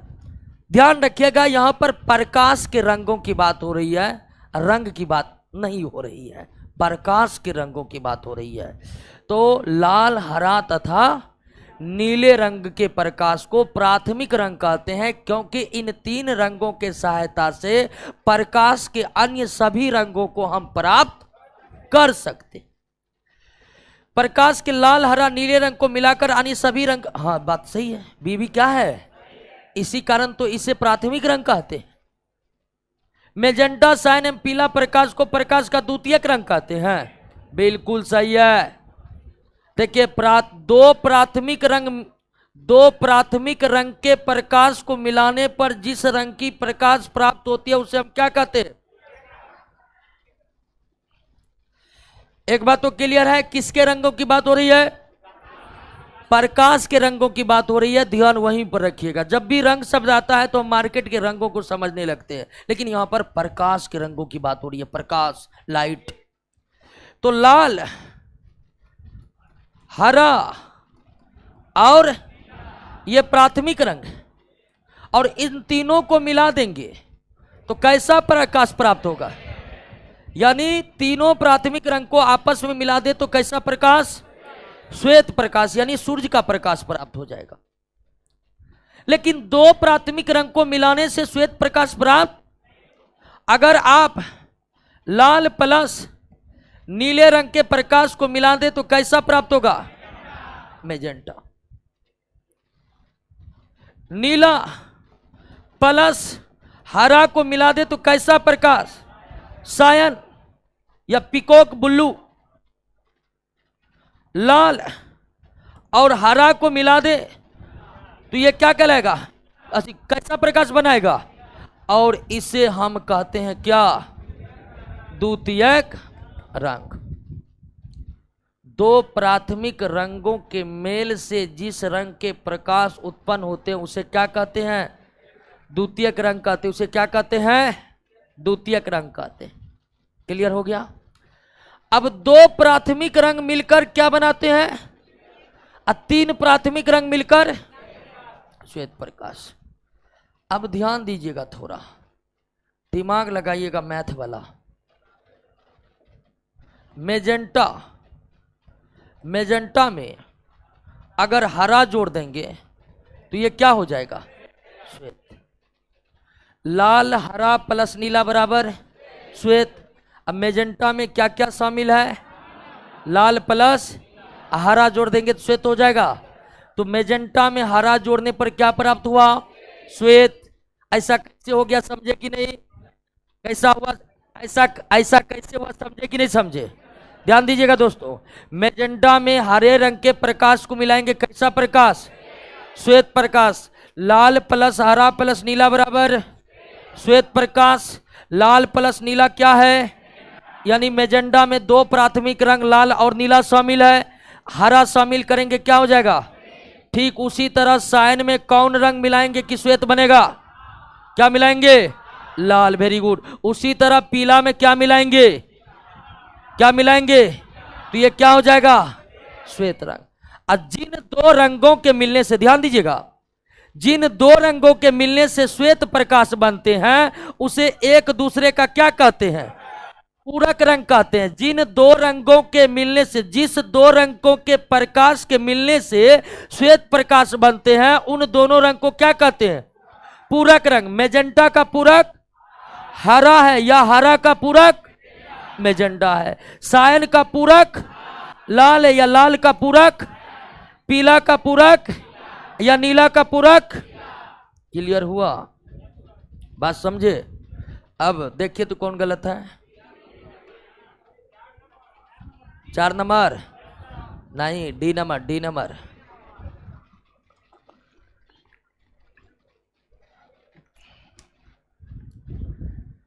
तो प्रकाश के रंगों का खेल को समझे कि नहीं समझे? ठीक है।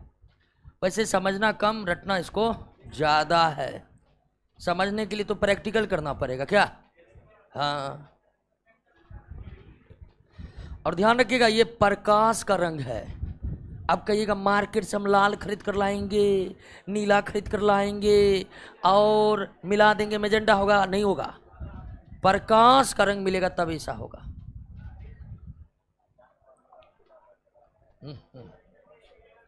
आइए 19 नंबर, निम्नलिखित कथनों पर विचार कीजिए। प्राथमिक सेल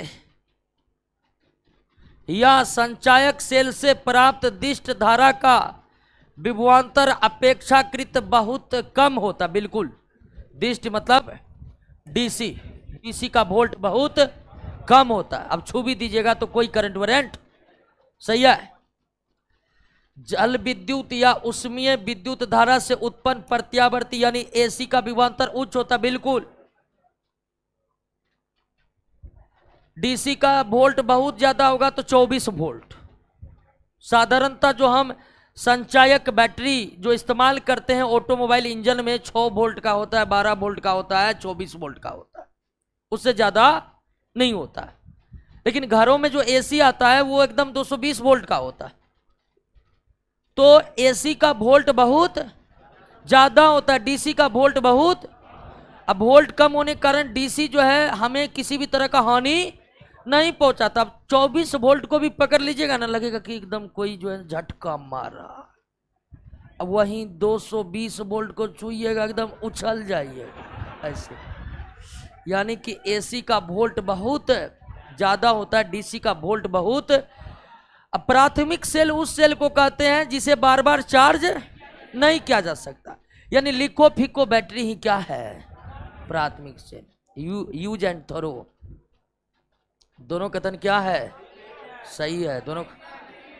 ओहो नहीं है, ओ माय गॉड, कौन सा कथन सही नहीं? तो दोनों कथन सही है, तो इसका आंसर क्या होगा? डी होगा। Sound problem, sound problem. अच्छा, साउंड प्रॉब्लम ठीक हो गया, ठीक हो गया है। क्या हुआ?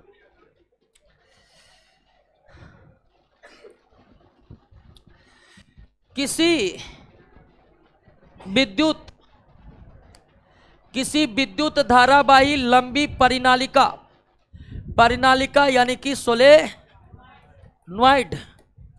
के भीतर चुंबकीय क्षेत्र क्या होता है? तो सभी बिंदुओं पर समान होता है। यहां पर ध्यान दीजिएगा दोस्तों, परिनालिका क्या है इसको समझ लेते हैं। परिनालिका यानी कि सोलेनॉइड क्या है? तो एक खोखला कुचालक अब बेलनाकार, कितना शर्त हुआ? खोखला, कुचालक और बेलना। जैसे बांस, सुखल का बांस, क्या बस एकदम सटीक उदाहरण दिए हैं। तो कुचालक, खोखला और बेलनाकार आकृति वाले खोखला, कुचालक, बेलनाकार पदार्थ के ऊपर जब इंसुलेटेड वायर,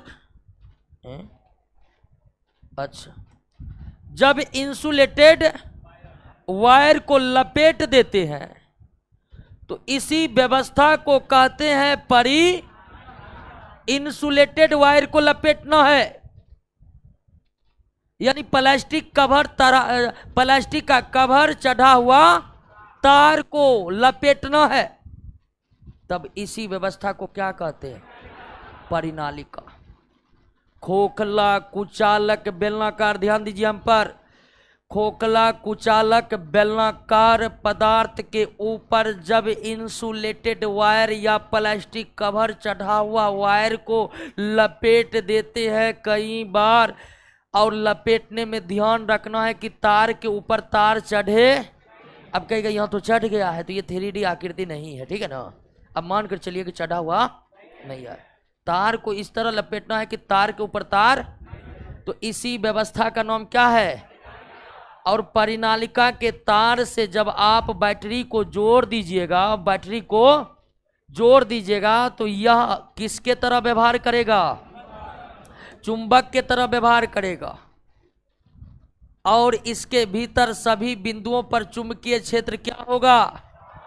समान होगा। क्या होगा? और चुंबकीय क्षेत्र का मात्रक क्या है? वेबर प्रति मीटर स्क्वायर या टेस्ला। चुंबकीय क्षेत्र का मात्रक क्या है? वेबर प्रति मीटर स्क्वायर या, हालांकि एसआई मात्रक वेबर प्रति मीटर स्क्वायर है, टेस्ला एसआई मात्रक नहीं है। साउंड प्रॉब्लम हो रहा है, अरे साउंड कभी कभी हाँ छोड़ देता है। क्लियर हो गया? क्लियर हुआ? परिनालिका समझे?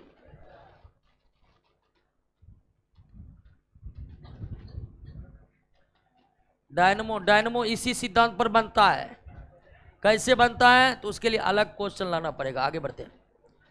एक बल्ब 4320 कूलम आवेश, एक बल्ब 4320 कूलम आवेश 3 घंटे में प्रवाहित होती है तो विद्युत धारा का मान I बराबर Q बाय, यानी विद्युत धारा बराबर आवेश बटे समय। विद्युत धारा बराबर आवेश बटे, विद्युत धारा का मान निकालना, आवेश है 4320, समय का SI मात्रक है सेकेंड, तो 3 घंटा को आप किस में बदल दीजिए? सेकेंड में। आपको उत्तर एम्पियर में देना है, यानी SI मात्रक में देना है। आवेश SI मात्रक कूलम में है तो समय को बदलना पड़ेगा SI मात्रक में। समय का SI मात्रक क्या है? सेकेंड है। समय का SI मात्रक क्या है? सेकेंड है। तो इसको बदल दीजिए और काटिए, देखिए कितना रहा, 0.4 एम्पियर। तो डायरेक्ट सवाल है I बराबर Q बाय T, या Q बराबर IT, या T बराबर, तो कभी यानी कि इन तीनों में किसी दो का मान देकर एक के बारे में पूछा जा सकता है।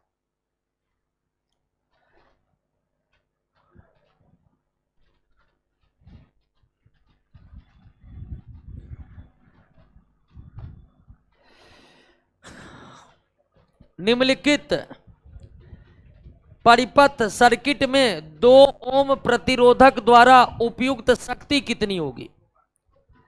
तो शक्ति पूछ रहा है। शक्ति P बराबर क्या होता है? VI, यानी विभवांतर गुना विद्युत, V यानी पोटेंशियल डिफरेंस विभवांतर, और I विद्युत शक्ति। तो V तो दिया हुआ है कितना? 2 वोल्ट। I का मान निकालना है तो V बराबर, V का मान कितना? आई का मान निकालना, और किस आर की बात की जा रही है? तो आई बराबर एक होगा, 1 एम्पियर हो गया। आई बराबर 1 एम्पियर, आई बराबर 1 एम्पियर हो गया। तो 2 वोल्ट गुना 1 एम्पियर यानी 2 वाट। समझे कि नहीं समझे?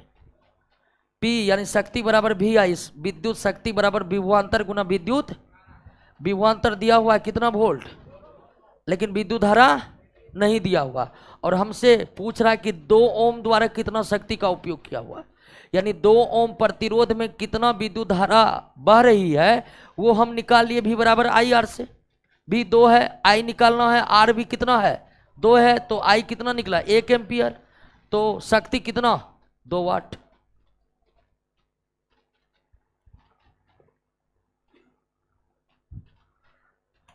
नेक्स्ट, एक रेडियो एक्टिव पदार्थ की अर्ध आयु 4 महीने है। अर्ध आयु 4 महीना है, मतलब 4 महीनों में उसका द्रव्यमान पहले जितना था उसका आधा हो जाएगा। तो इस पदार्थ के 3/4 भाग का क्षय होने में समय लगेगा। मान लीजिए अभी कितना भाग है, 1 भाग है। अभी कितना भाग है, 1 भाग है। और अर्धायु कितना है 4 महीना। अर्धायु कितना है 4 महीना। तो 4 महीना बाद, 4 महीना बाद 1 भाग जो है वो कितना हो जाएगा, आधा भाग। और अर्धायु 4 महीना है, तो फिर अगले 4 महीना बाद, अगले 4 महीने बाद यह द्रव्यमान फिर क्या हो जाएगा, यानी कितना भाग, यानी अगर रेडियो एक्टिव पदार्थ की मात्रा 1 भाग है और अर्धायु 4 महीना है, तो 1 भाग 4 महीने में क्या हो जाएगा, अब फिर अगला 4 महीने में आधा भाग 1/4 हो जाएगा, आधा भाग क्या हो जाएगा 1/4 हो जाएगा। तो 4 8 महीना बाद कितना बचा, 1/1 भाग 8 महीना बाद घटकर कितना हो गया, तो इसका मतलब कितना भाग क्षय हो गया, तब ना इतना बचा। और इतना भाग क्षय होने में कुल कितना समय लगा, 8 महीना लगा। क्लियर? आप एक बात याद रखिएगा, 3/4 भाग को क्षय होने में अर्ध आयु का दुगुना समय लगता। मान लीजिए यहां पर अर्ध आयु 5 महीना रहता, तो 3/4 भाग क्षय होने में 5 दूना 10 महीना लगता। तो एकदम लिख लीजिए कि 3/4 भाग का क्षय होने में अर्ध आयु का दुगुना समय लगता है। 3/4 भाग क्षय होने में अर्ध आयु का दुगुना समय लगता है। 3/4 भाग क्षय होने में अर्ध आयु का दुगुना समय लगता है।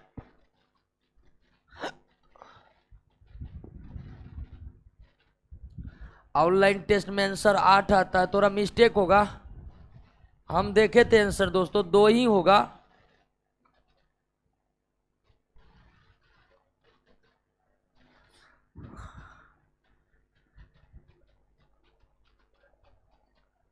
रविशंकर कुमार, वो जो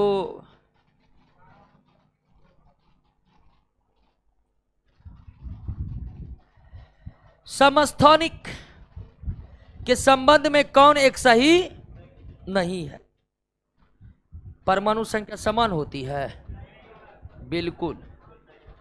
और देखिए यहां पर इलेक्ट्रॉन, प्रोटॉन और न्यूट्रॉन की बात की गई है। तो आइए चेक कर लीजिए उदाहरण से। एक ही तत्व के विभिन्न परमाणु, एक ही तत्व के विभिन्न, जिसका परमाणु संख्या समान हो लेकिन द्रव्यमान संख्या, वे एक दूसरे के क्या कहलाते हैं, समस्थानिक कहलाते हैं। क्या कहलाते हैं, समस्थानिक। क्लियर हो गया?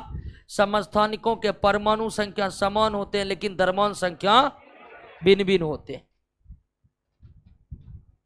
अब इसमें इलेक्ट्रॉन निकालिएगा 6 निकलेगा, और प्रोटॉन निकालिएगा 6 निकलेगा, न्यूट्रॉन निकालिएगा तो किसी तत्व के परमाणु में उतना ही प्रोटॉन होते हैं जितना उसका परमाणु संख्या होता है।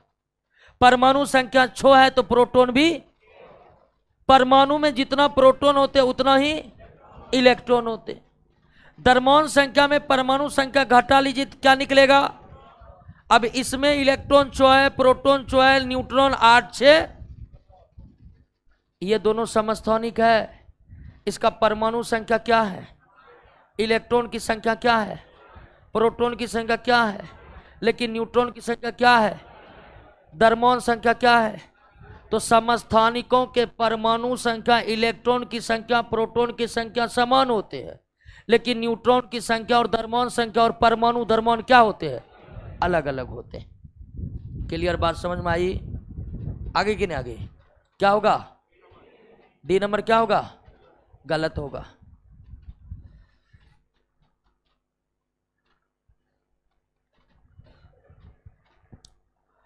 नेक्स्ट, ऑक्जेलिक एसिड में कार्बन की ऑक्सीकरण संख्या क्या है?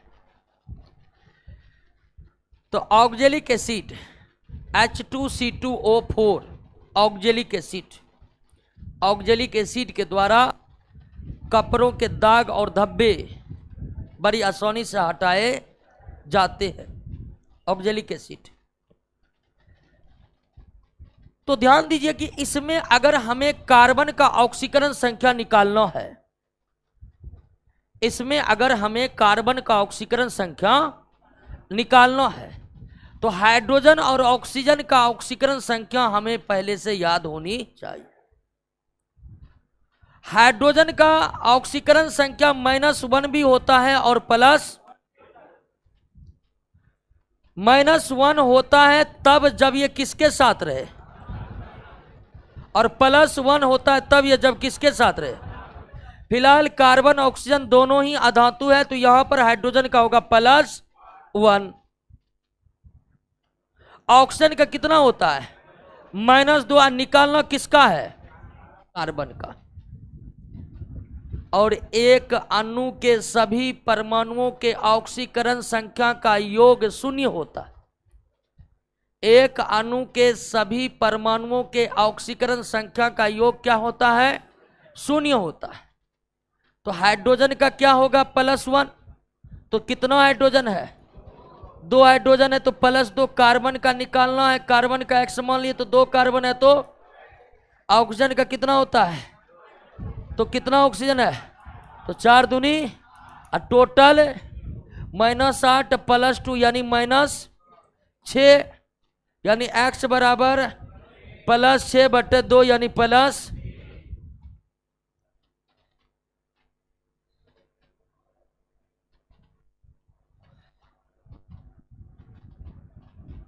क्लियर?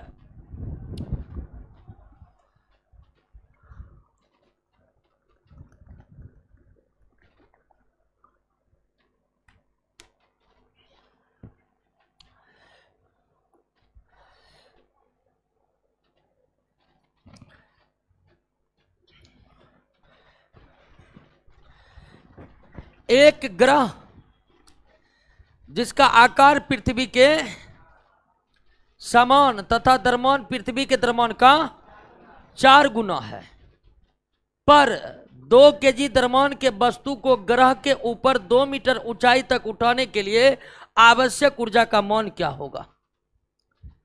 ध्यान दीजिए दोस्तों, जब किसी भी वस्तु को जमीन के सतह से ऊपर उठाते हैं, जब किसी भी वस्तु को जमीन के सतह से ऊपर उठाते हैं तो किया गया कार्य या खर्च किया गया ऊर्जा उस वस्तु में जमा हो जाता है किस रूप में? स्थिति। जब किसी वस्तु को जमीन के सतह से ऊपर उठाते हैं तो इस स्थिति में किया गया कार्य या खर्च किया गया ऊर्जा वस्तु में जमा हो जाता किस रूप में? पोटेंशियल एनर्जी के रूप में, स्थितिज ऊर्जा के रूप में। तो इसको भी 2 मीटर ऊंचाई तक उठाने के लिए जितना ऊर्जा खर्च किया गया होगा वो वस्तु में किस रूप में समाहित होगा? स्थितिज ऊर्जा के रूप में। स्थितिज ऊर्जा बराबर mgh। m तो मालूम है 2 kg, h भी मालूम है 2 मीटर, लेकिन g मालूम, और पृथ्वी की बात भी नहीं हो रही है कि हम g ले लेंगे। तो ये जो ग्रह की बात की जा रही है, सबसे पहले इस ग्रह पर g का मान कितना होगा ये निकालना पड़ेगा। इस ग्रह पर g का मान कितना होगा ये हमें निकालना पड़ेगा। g बराबर होता है gm बटे r स्क्वायर, जिसका मान लगभग कितना होता है? लगभग वैसे होता है 9.10 ले लेते। Acceleration due to gravity equal to gravitational constant into mass of earth बटे रेडियस ऑफ अर्थ का स्क्वायर। r पृथ्वी की त्रिज्या, m पृथ्वी का द्रव्यमान, g जो है ग्रेविटेशनल कांस्टेंट है। लेकिन बात तो हो रही दूसरे ग्रह की। इसी g के मान से हम दूसरे ग्रह पर g का मान निकालेंगे। दूसरा ग्रह का द्रव्यमान पृथ्वी के द्रव्यमान का कितना गुना है? तो m के जगह हम क्या कर दिए, लेकिन दूसरे ग्रह का आकार भी पृथ्वी के, अगर पृथ्वी और दूसरे ग्रह का आकार समान है तो उसका त्रिज्या भी क्या होगा? समान होगा। तो ये हो जाएगा gm बटे r स्क्वायर गुना, gm बटे r स्क्वायर का मान कितना है? 10, यानी 10 गुना 40 मीटर प्रति मीटर स्क्वायर। तो दूसरे ग्रह पर g का मान निकल गया। तो m का मान 2 kg, g का मान 40, h का मान 2, 2 दूनी 4 चौके 16 यानी 100। क्लियर बात समझ में आई?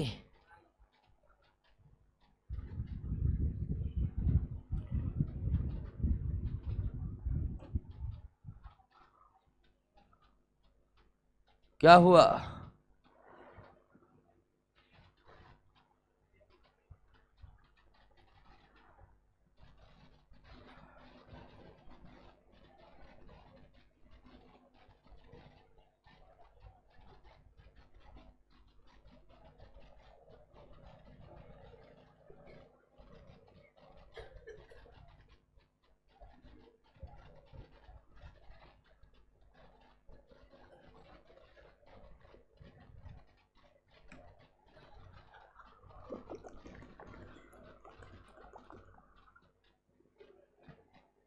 अब पानी में ग्लूकोज मिलाना पड़ेगा लगता है, नहीं तो लैक्टिक एसिड बनने लगेगा। पार्क कक्षा की ऊंचाई पृथ्वी के सतह से कितनी होती है? पार्क कक्षा उस कक्षा को कहते हैं जिस कक्षा में भू स्थिर उपग्रह को स्थापित किया जाता है, और पार्क कक्षा की ऊंचाई 36,000 किलोमीटर होता है, लेकिन हर जगह से नहीं। कहां से? विषुवत रेखा से। भू स्थिर उपग्रह जिसका इस्तेमाल संचार कार्यों में किया जाता है, भू स्थिर उपग्रह को जिस ऊंचाई पर स्थापित किया जाता है उसे ही क्या कहते हैं? पार्क कक्षा। और इसकी ऊंचाई पृथ्वी के सतह से 36,000 किलोमीटर, लेकिन पृथ्वी के हर भाग से इसकी ऊंचाई 36,000 किलोमीटर नहीं होती है। कहां से होती है? केवल विषुवत रेखा से। पूर्ण विकिरण उच्च तापमापी टोटल रेडिएशन पायरोमीटर किस सिद्धांत पर काम करता है? और एक होता है optical pyrometer. Optical pyrometer, pyrometer जिससे उच्च ताप को मापा जाता है। 800 डिग्री से ऊपर के ही टेम्परेचर को इस थर्मामीटर या पायरोमीटर से मापा जाता है। पायरोमीटर एक ऐसा थर्मोमीटर है जिससे बहुत उच्च ताप का मापन होता है। 800 डिग्री सेल्सियस से ऊपर के ही तापमान को इससे मापा जाता है। तो पायरोमीटर दो प्रकार के, एक टोटल रेडिएशन पायरोमीटर और दूसरा ऑप्टिकल पायरोमीटर। तो टोटल रेडिएशन पायरोमीटर स्टीफन के नियम पर, ऑप्टिकल पायरोमीटर और सीबेक के प्रभाव पर कपल थर्मोमीटर, इसको हिंदी में कहते हैं ताप युग्म तापमापी। ताप युग्म तापमापी किसके सिद्धांत पर काम करता है? सीबेक के प्रभाव पर। ताप युग्म तापमापी थर्मोकपल थर्मामीटर सीबेक के प्रभाव पर काम करता है। 26 का आंसर, 25 का आंसर, क्या बात करते हैं दोस्तों। 160 जूल होगा, यही ना 26 है, और इस 25 का सी होगा। 25 सी, 26 बी, 27 बी, 28 बी होगा। निम्नलिखित में किसमें ऊष्मा की हानि मुख्य रूप से संवहन के कारण नहीं होता है? संवहन के द्वारा ऊष्मा का संचरण द्रव और गैस में होता है। उबलता जल ये तो द्रव है, इसमें होगा। भूमि और समुद्री मंद पवन, पवन है तो गैस है, तो गैस में भी संवहन विधि द्वारा होगा।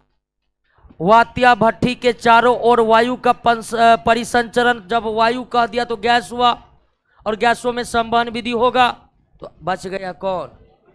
बल्ब के तंतु, बल्ब के तंतु, बल्ब के तंतु, बल्ब के तंतु में धारा प्रवाह होने के कारण बल्ब की कांच की सतह गर्म होना।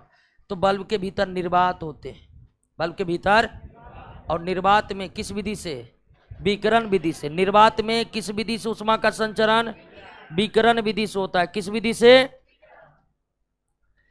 वायु में ध्वनि का वेग ताप के घटने से घटता है और ताप के बढ़ने से बढ़ता है। और हवा का ताप, हवा का ताप, हवा का ताप, एक हवा का मतलब इधर गैस भी कह सकते हैं।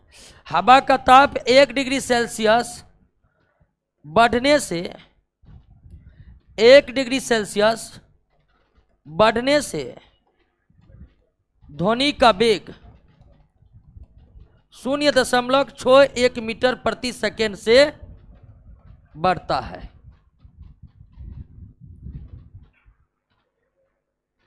वायुमंडल में आर्द्रता या नमी बढ़ने से भी वायु में ध्वनि का वेग बढ़ जाता है। आर्द्रता या नमी की मात्रा वायुमंडल में बढ़ेगा तो भी ध्वनि का वेग क्या होगा? बढ़ेगा।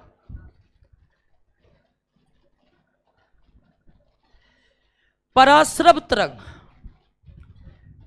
अल्ट्रा सोनिक वेव, जिसकी आवृत्ति 20,000 हर्ट्ज से ज्यादा हो, ऐसा तरंग जिसकी आवृत्ति फ्रीक्वेंसी 20 हर्ट्ज से ज्यादा होता है उसे क्या कहते हैं? पराश्रव तरंग। और किसी तरंग की ऊर्जा उसके आवृत्ति पर ही निर्भर करता है। तरंग की जितनी अधिक आवृत्ति होगी उसमें ऊर्जा उतना ही अधिक। तो पराश्रव तरंग की आवृत्ति बहुत ज्यादा है, 20,000 हर्ट्ज से ज्यादा होता है, तो स्वाभाविक है कि इसमें ऊर्जा का मान भी क्या होगा? ज्यादा होगा। और इतने ज्यादा ऊर्जा से ये कीड़े को नष्ट करने भी काम आते हैं, ड्राई क्लीनिंग में भी काम आता है। ड्राई क्लीनिंग बिना पानी का धुलाई, बीमारी के उपचार में जैसे इकोकार्डियोग्राफी, अल्ट्रासोनोग्राफी, मोतियाबिंद के समय आंख पर जो लेजर मारा जाता है कौन तरंग रहता है? तो उसमें भी क्या स्वचालित दरवाजे को नियंत्रित सभी कार्य में पराश्रव तरंग का इस्तेमाल किया जा सकता है। और इसका कारण है कि इस तरंग में बहुत अधिक ऊर्जा होती है। धातु के भीतरी भाग में दरार का पता लगाने के लिए भी किस तरंग का इस्तेमाल होता है? पराश्रव तरंग का। सोनार में भी किस तरंग का इस्तेमाल होता है? पराश्रव तरंग का। द्रव, किसी द्रव का रासायनिक विश्लेषण करने के लिए भी किस तरंग का इस्तेमाल होता है? पराश्रव तरंग का। अन्न भंडारण हेतु, अन्न भंडारण हेतु अन्न में नमी की मात्रा कितना? 14% से कम होनी चाहिए। अब फल और सब्जी के भंडारण के लिए नमी की मात्रा 20 से 24% होनी चाहिए।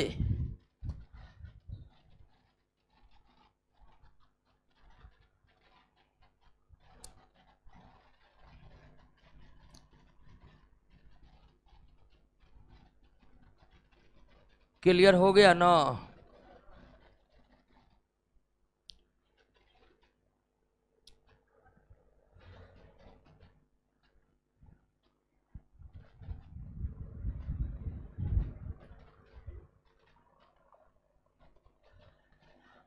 जल की भाप, जल की वाष्प में क्या फर्क? कपड़ा सूखता है तो पानी जो निकलता है क्या बनकर? वाष्प बनकर, जो आंखों से दिखाई। जब पानी पूरा खौलता है तो भाप बनता है, जो आंखों से दिखाई। सबसे बड़ा अंतर तो पकड़ लिए। स्टीम और वेपर में मुख्य अंतर क्या है? तो वेपर बनेगा तो आंखों से दिखेगा, अब भाप यानी स्टीम बनेगा तो आंखों से दिखेगा। भाप एक निश्चित तापमान पर ही बनेगा। पानी 100 डिग्री सेल्सियस गर्म होगा ना तभी क्या बनाएगा, लेकिन वाष्प सभी टेम्परेचर पर बनते हैं। जम्मू कश्मीर में माइनस टेम्परेचर भी कपड़े सूख जाते हैं और माइनस टेम्परेचर पर भी जल क्या बनने लगते हैं? वाष्प। लेकिन भाप एक निश्चित तापमान पर ही बनता है। अंतर समझे कि नहीं समझे? क्या होगा इसका उत्तर? समान वायुमंडलीय दाब पर वाष्प जल के 100 डिग्री ताप के नीचे बनता है, जबकि भाप 100 डिग्री से अधिक ताप पर बनता है। बिल्कुल सही है। जल जब वाष्प बनता तो हमें दिखाई नहीं पड़ता और भाप हम देख सकते हैं, यह भाप का सफेद रंग का होता है। बिल्कुल सही।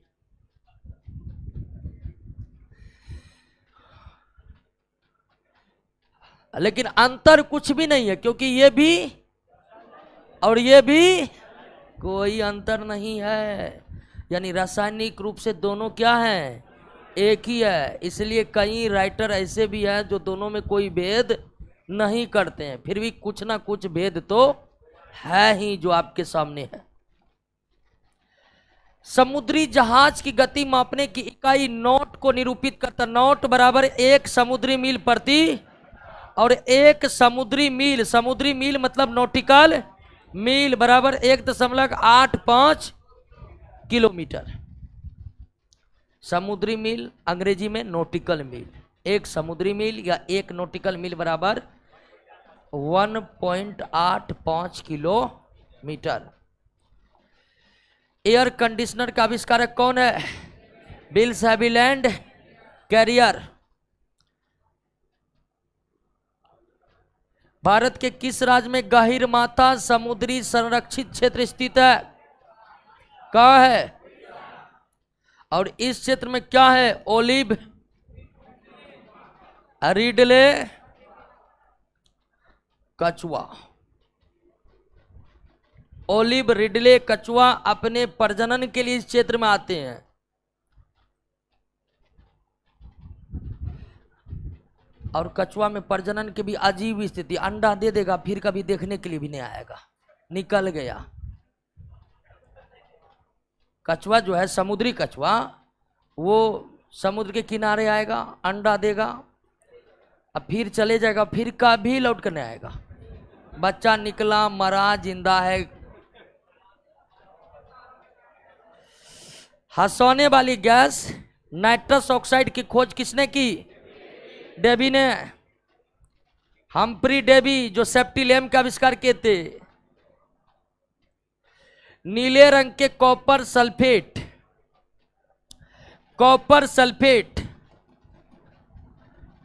इस कॉपर सल्फेट को नीला कशिश या ब्लू विट्रियोल भी कहा जाता है। ऐसे एक और नाम से भी जाना जाता, तूतिया।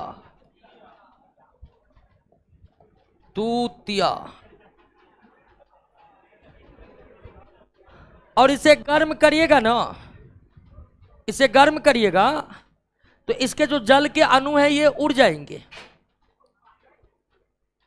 काहेल दर पर आ रहे हैं। और इसका रंग बदल कर क्या हो जाएगा? सफेद। इसका रंग बदल कर सफेद हो जाएगा। क्लियर? निम्नलिखित में कौन सा एक सही सम्मिलित? फाइलेरिया जो होता है कृमि के कारण। किसके कारण? और कौन सा कृमि कारण? और इस गोल कृमि का नाम है चेरिया।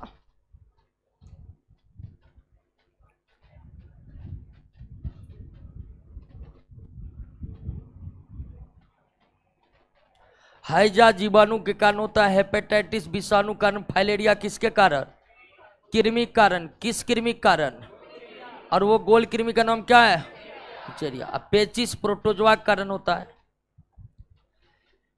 निम्नलिखित में कौन एक साइबर स्टॉकिंग को दर्शाता है? साइबर स्टॉकिंग, इंटरनेट पर किसी व्यक्ति का पीछा करना, उसके साइबर प्रोफाइल पर नजर रखना ही क्या कहलाता है? साइबर स्टॉकिंग कहलाता है। हालांकि साइबर स्टॉकिंग के लिए अभी भी किसी भी प्रकार का दंड भारतीय संसद ने बनाया, लेकिन संसद का मानना है कि यह एक प्रकार का क्राइम है। तो साइबर स्टॉकिंग से बचना है। साइबर स्टॉकिंग का मतलब वह, बहुत लोग ऐसा मतलब सोशल साइट पर खुद वो एक्टिव नहीं रहता है, लेकिन सबकी एक्टिविटी को देखता है। कुछ लोग ऐसा होता है सोशल साइट पर अपना फोटो नहीं डालेगा, लेकिन देखेगा सबका फोटो। अपना एक्टिविटी कुछ नहीं देखेगा, दर्शाएगा, लेकिन देखेगा सबका एक्टिविटी। इस तरह के मानसिकता को भी साइबर स्टॉकिंग कहा जा सकता है। ठीक है ना? आप जो खुद नहीं कर रहे हैं तो दूसरा कर रहा है, तो उस पर काहे नजर रख रहे हैं? बात समझ रहे हैं कि नहीं समझ रहे? हाँ।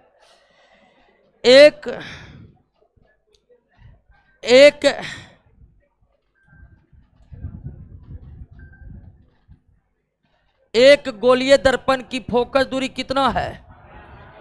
12 सेंटीमीटर। अब वक्रता त्रिज्या फोकस दूरी का क्या होता है?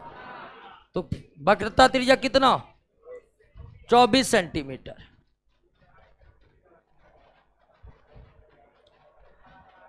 एक परमाणु के एम सेल में कितना इलेक्ट्रॉन है? और अगर एम सेल में 3 इलेक्ट्रॉन है तो इसका मतलब के और एल फुल हो गया है, तब एम में है। क्योंकि परमाणु के एक कक्षा इलेक्ट्रॉन से भर जाते हैं तभी वे दूसरे कक्षा में प्रवेश करते हैं। अगर एम सेल में 3 इलेक्ट्रॉन है तो इसका मतलब है कि के और एल पूरी तरह से भर चुका है। और किसी कक्षा में इलेक्ट्रॉन की अधिकतम संख्या, और के पहला कक्षा, ये दूसरा और ये तीसरा है। इसमें 2 इलेक्ट्रॉन, इसमें और एम में 3 है, लेकिन अधिकतम 3 3 9 दूनी 18 रह सकता है। तो एल में पूछ रहा था, एल में कितना? 8।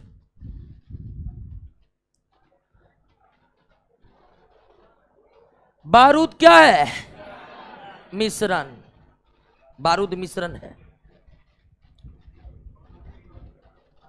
निम्नलिखित में कौन एक गाय की विदेशी प्रजाति है? गार्नसी। हाँ, फ्रांस का है शायद। गार्नसी फ्रांस का प्रजाति है। कौन सा शुद्ध पदार्थ है? शुद्ध पदार्थ के अंतर्गत क्या आते हैं? तत्व तथा यौगिक। जबकि मिश्रण को क्या कहा जाता है? अशुद्ध पदार्थ। मिश्रण को क्या कहा जाता है? अशुद्ध पदार्थ। तो समुद्र का जल क्या है? मिश्रण है, क्योंकि उसमें ढेर सारे पदार्थ। जल क्या है? यौगिक है, और इसलिए यह क्या है? स्टेनलेस स्टील एक मिश्र धातु है, और सभी मिश्र धातु क्या होते हैं?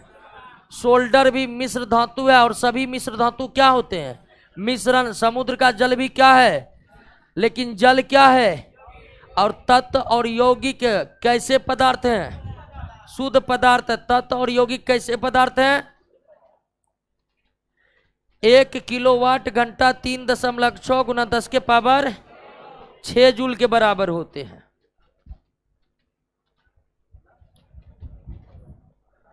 रात के समय आवासीय क्षेत्र के शोर की अनुमत स्तर कितना है? 45 डेसिबल।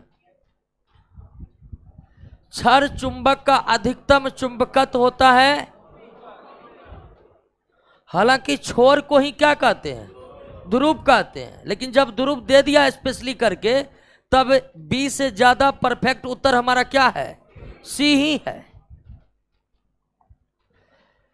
CH2Cl2 तथा NH3 में कार्बन तथा नाइट्रोजन की सहसंयोजकता कितनी है, नाइट्रोजन तथा नाइट्रोजन की सहसंयोजकता कितनी है, तो कार्बन की है कितना, और नाइट्रोजन का है 3, नाइट्रोजन का है 3, नाइट्रोजन का है 3।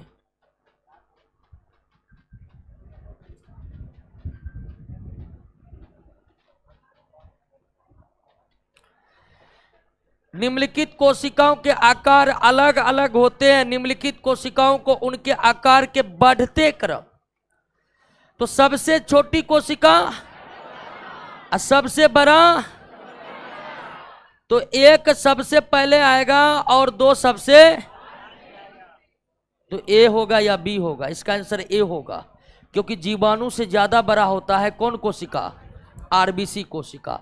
तो 1, 1 से बड़ा 4, 4 से बड़ा 3, 3 से बड़ा 2। ठीक है दोस्तों, अगला टेस्ट 1 अप्रैल से होगा, 1 अप्रैल से।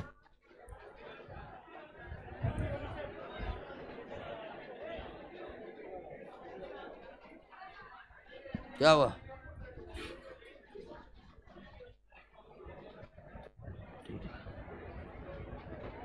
चलिए चलिए चलिए सीधे निकलिए।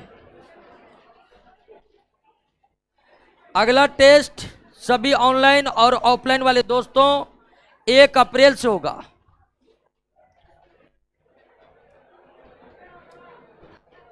हैप्पी होली का कोई जरूरत नहीं है, होली सबके लिए हैप्पी ही रहता है, ऐसा थोड़े है कि आप बोलिएगा तब हैप्पी होगा। तो ये हैप्पी शब्द अंग्रेज की संस्कृति है, पता नहीं भारतीय संस्कृति। चलिए चलिए सीधे चलिए, लेट लगेगा, सीधे निकलिए ना, निकलिए निकलिए तेजी से। किसी भी पर्व में हैप्पी कह के जोड़ना हमें नहीं लगता कि भारतीय संस्कृति का हिस्सा है। तो भारतीय पर्व को किसी भी तरह से, एक तरह से कह दीजिए कि अंग्रेजी संस्कृति को हावी करने के लिए शहर के कुछ लोगों ने प्रचलन बना दिया हैप्पी हैप्पी कहना। अब हम हैप्पी होली बोल रहे, हैप्पी दिवाली बोल रहे हैं। दिवाली और होली में हैप्पी शब्द समाहित है कि नहीं है? हर हिंदू त्योहार या कोई भी मुस्लिम का भी त्योहार ले लीजिए, उन त्योहार का नाम में ही खुशियां शामिल है, तो फिर अलग से हैप्पी लगाने की क्या जरूरत है। हम आप लोग को ऐसा नहीं बोलेंगे गलत है, ये हमारा विचार है, आप लोग भी इस पर विचार करिएगा। क्या हम किसी त्योहार में हैप्पी लगाकर जो बोल रहे हैं, क्या ये हमारे संस्कृति के लिए उपयुक्त है?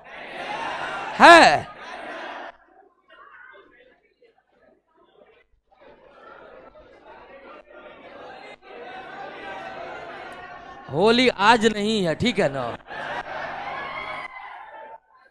आराम से घर जाइए।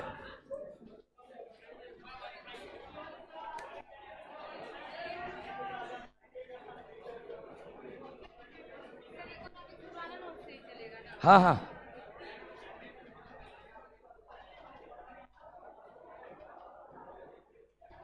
एक का आंसर क्या होगा, एक का क्या होगा, एक का ए होगा, एक का ए ग्लाइकोलाइसिस। हाँ सही बोले, ग्लाइकोलाइसिस। अरे आशीर्वाद का स्क्वायर ले लीजिए ना आप, क्या मजा से पढ़ते रहिए, लगातार पढ़ते रहिए। घर पर जो पढ़ा लगातार वही रिजल्ट लिया है। असली बात है घर पर बैठकर पढ़ना। ऑनलाइन क्लास को बंद कीजिए।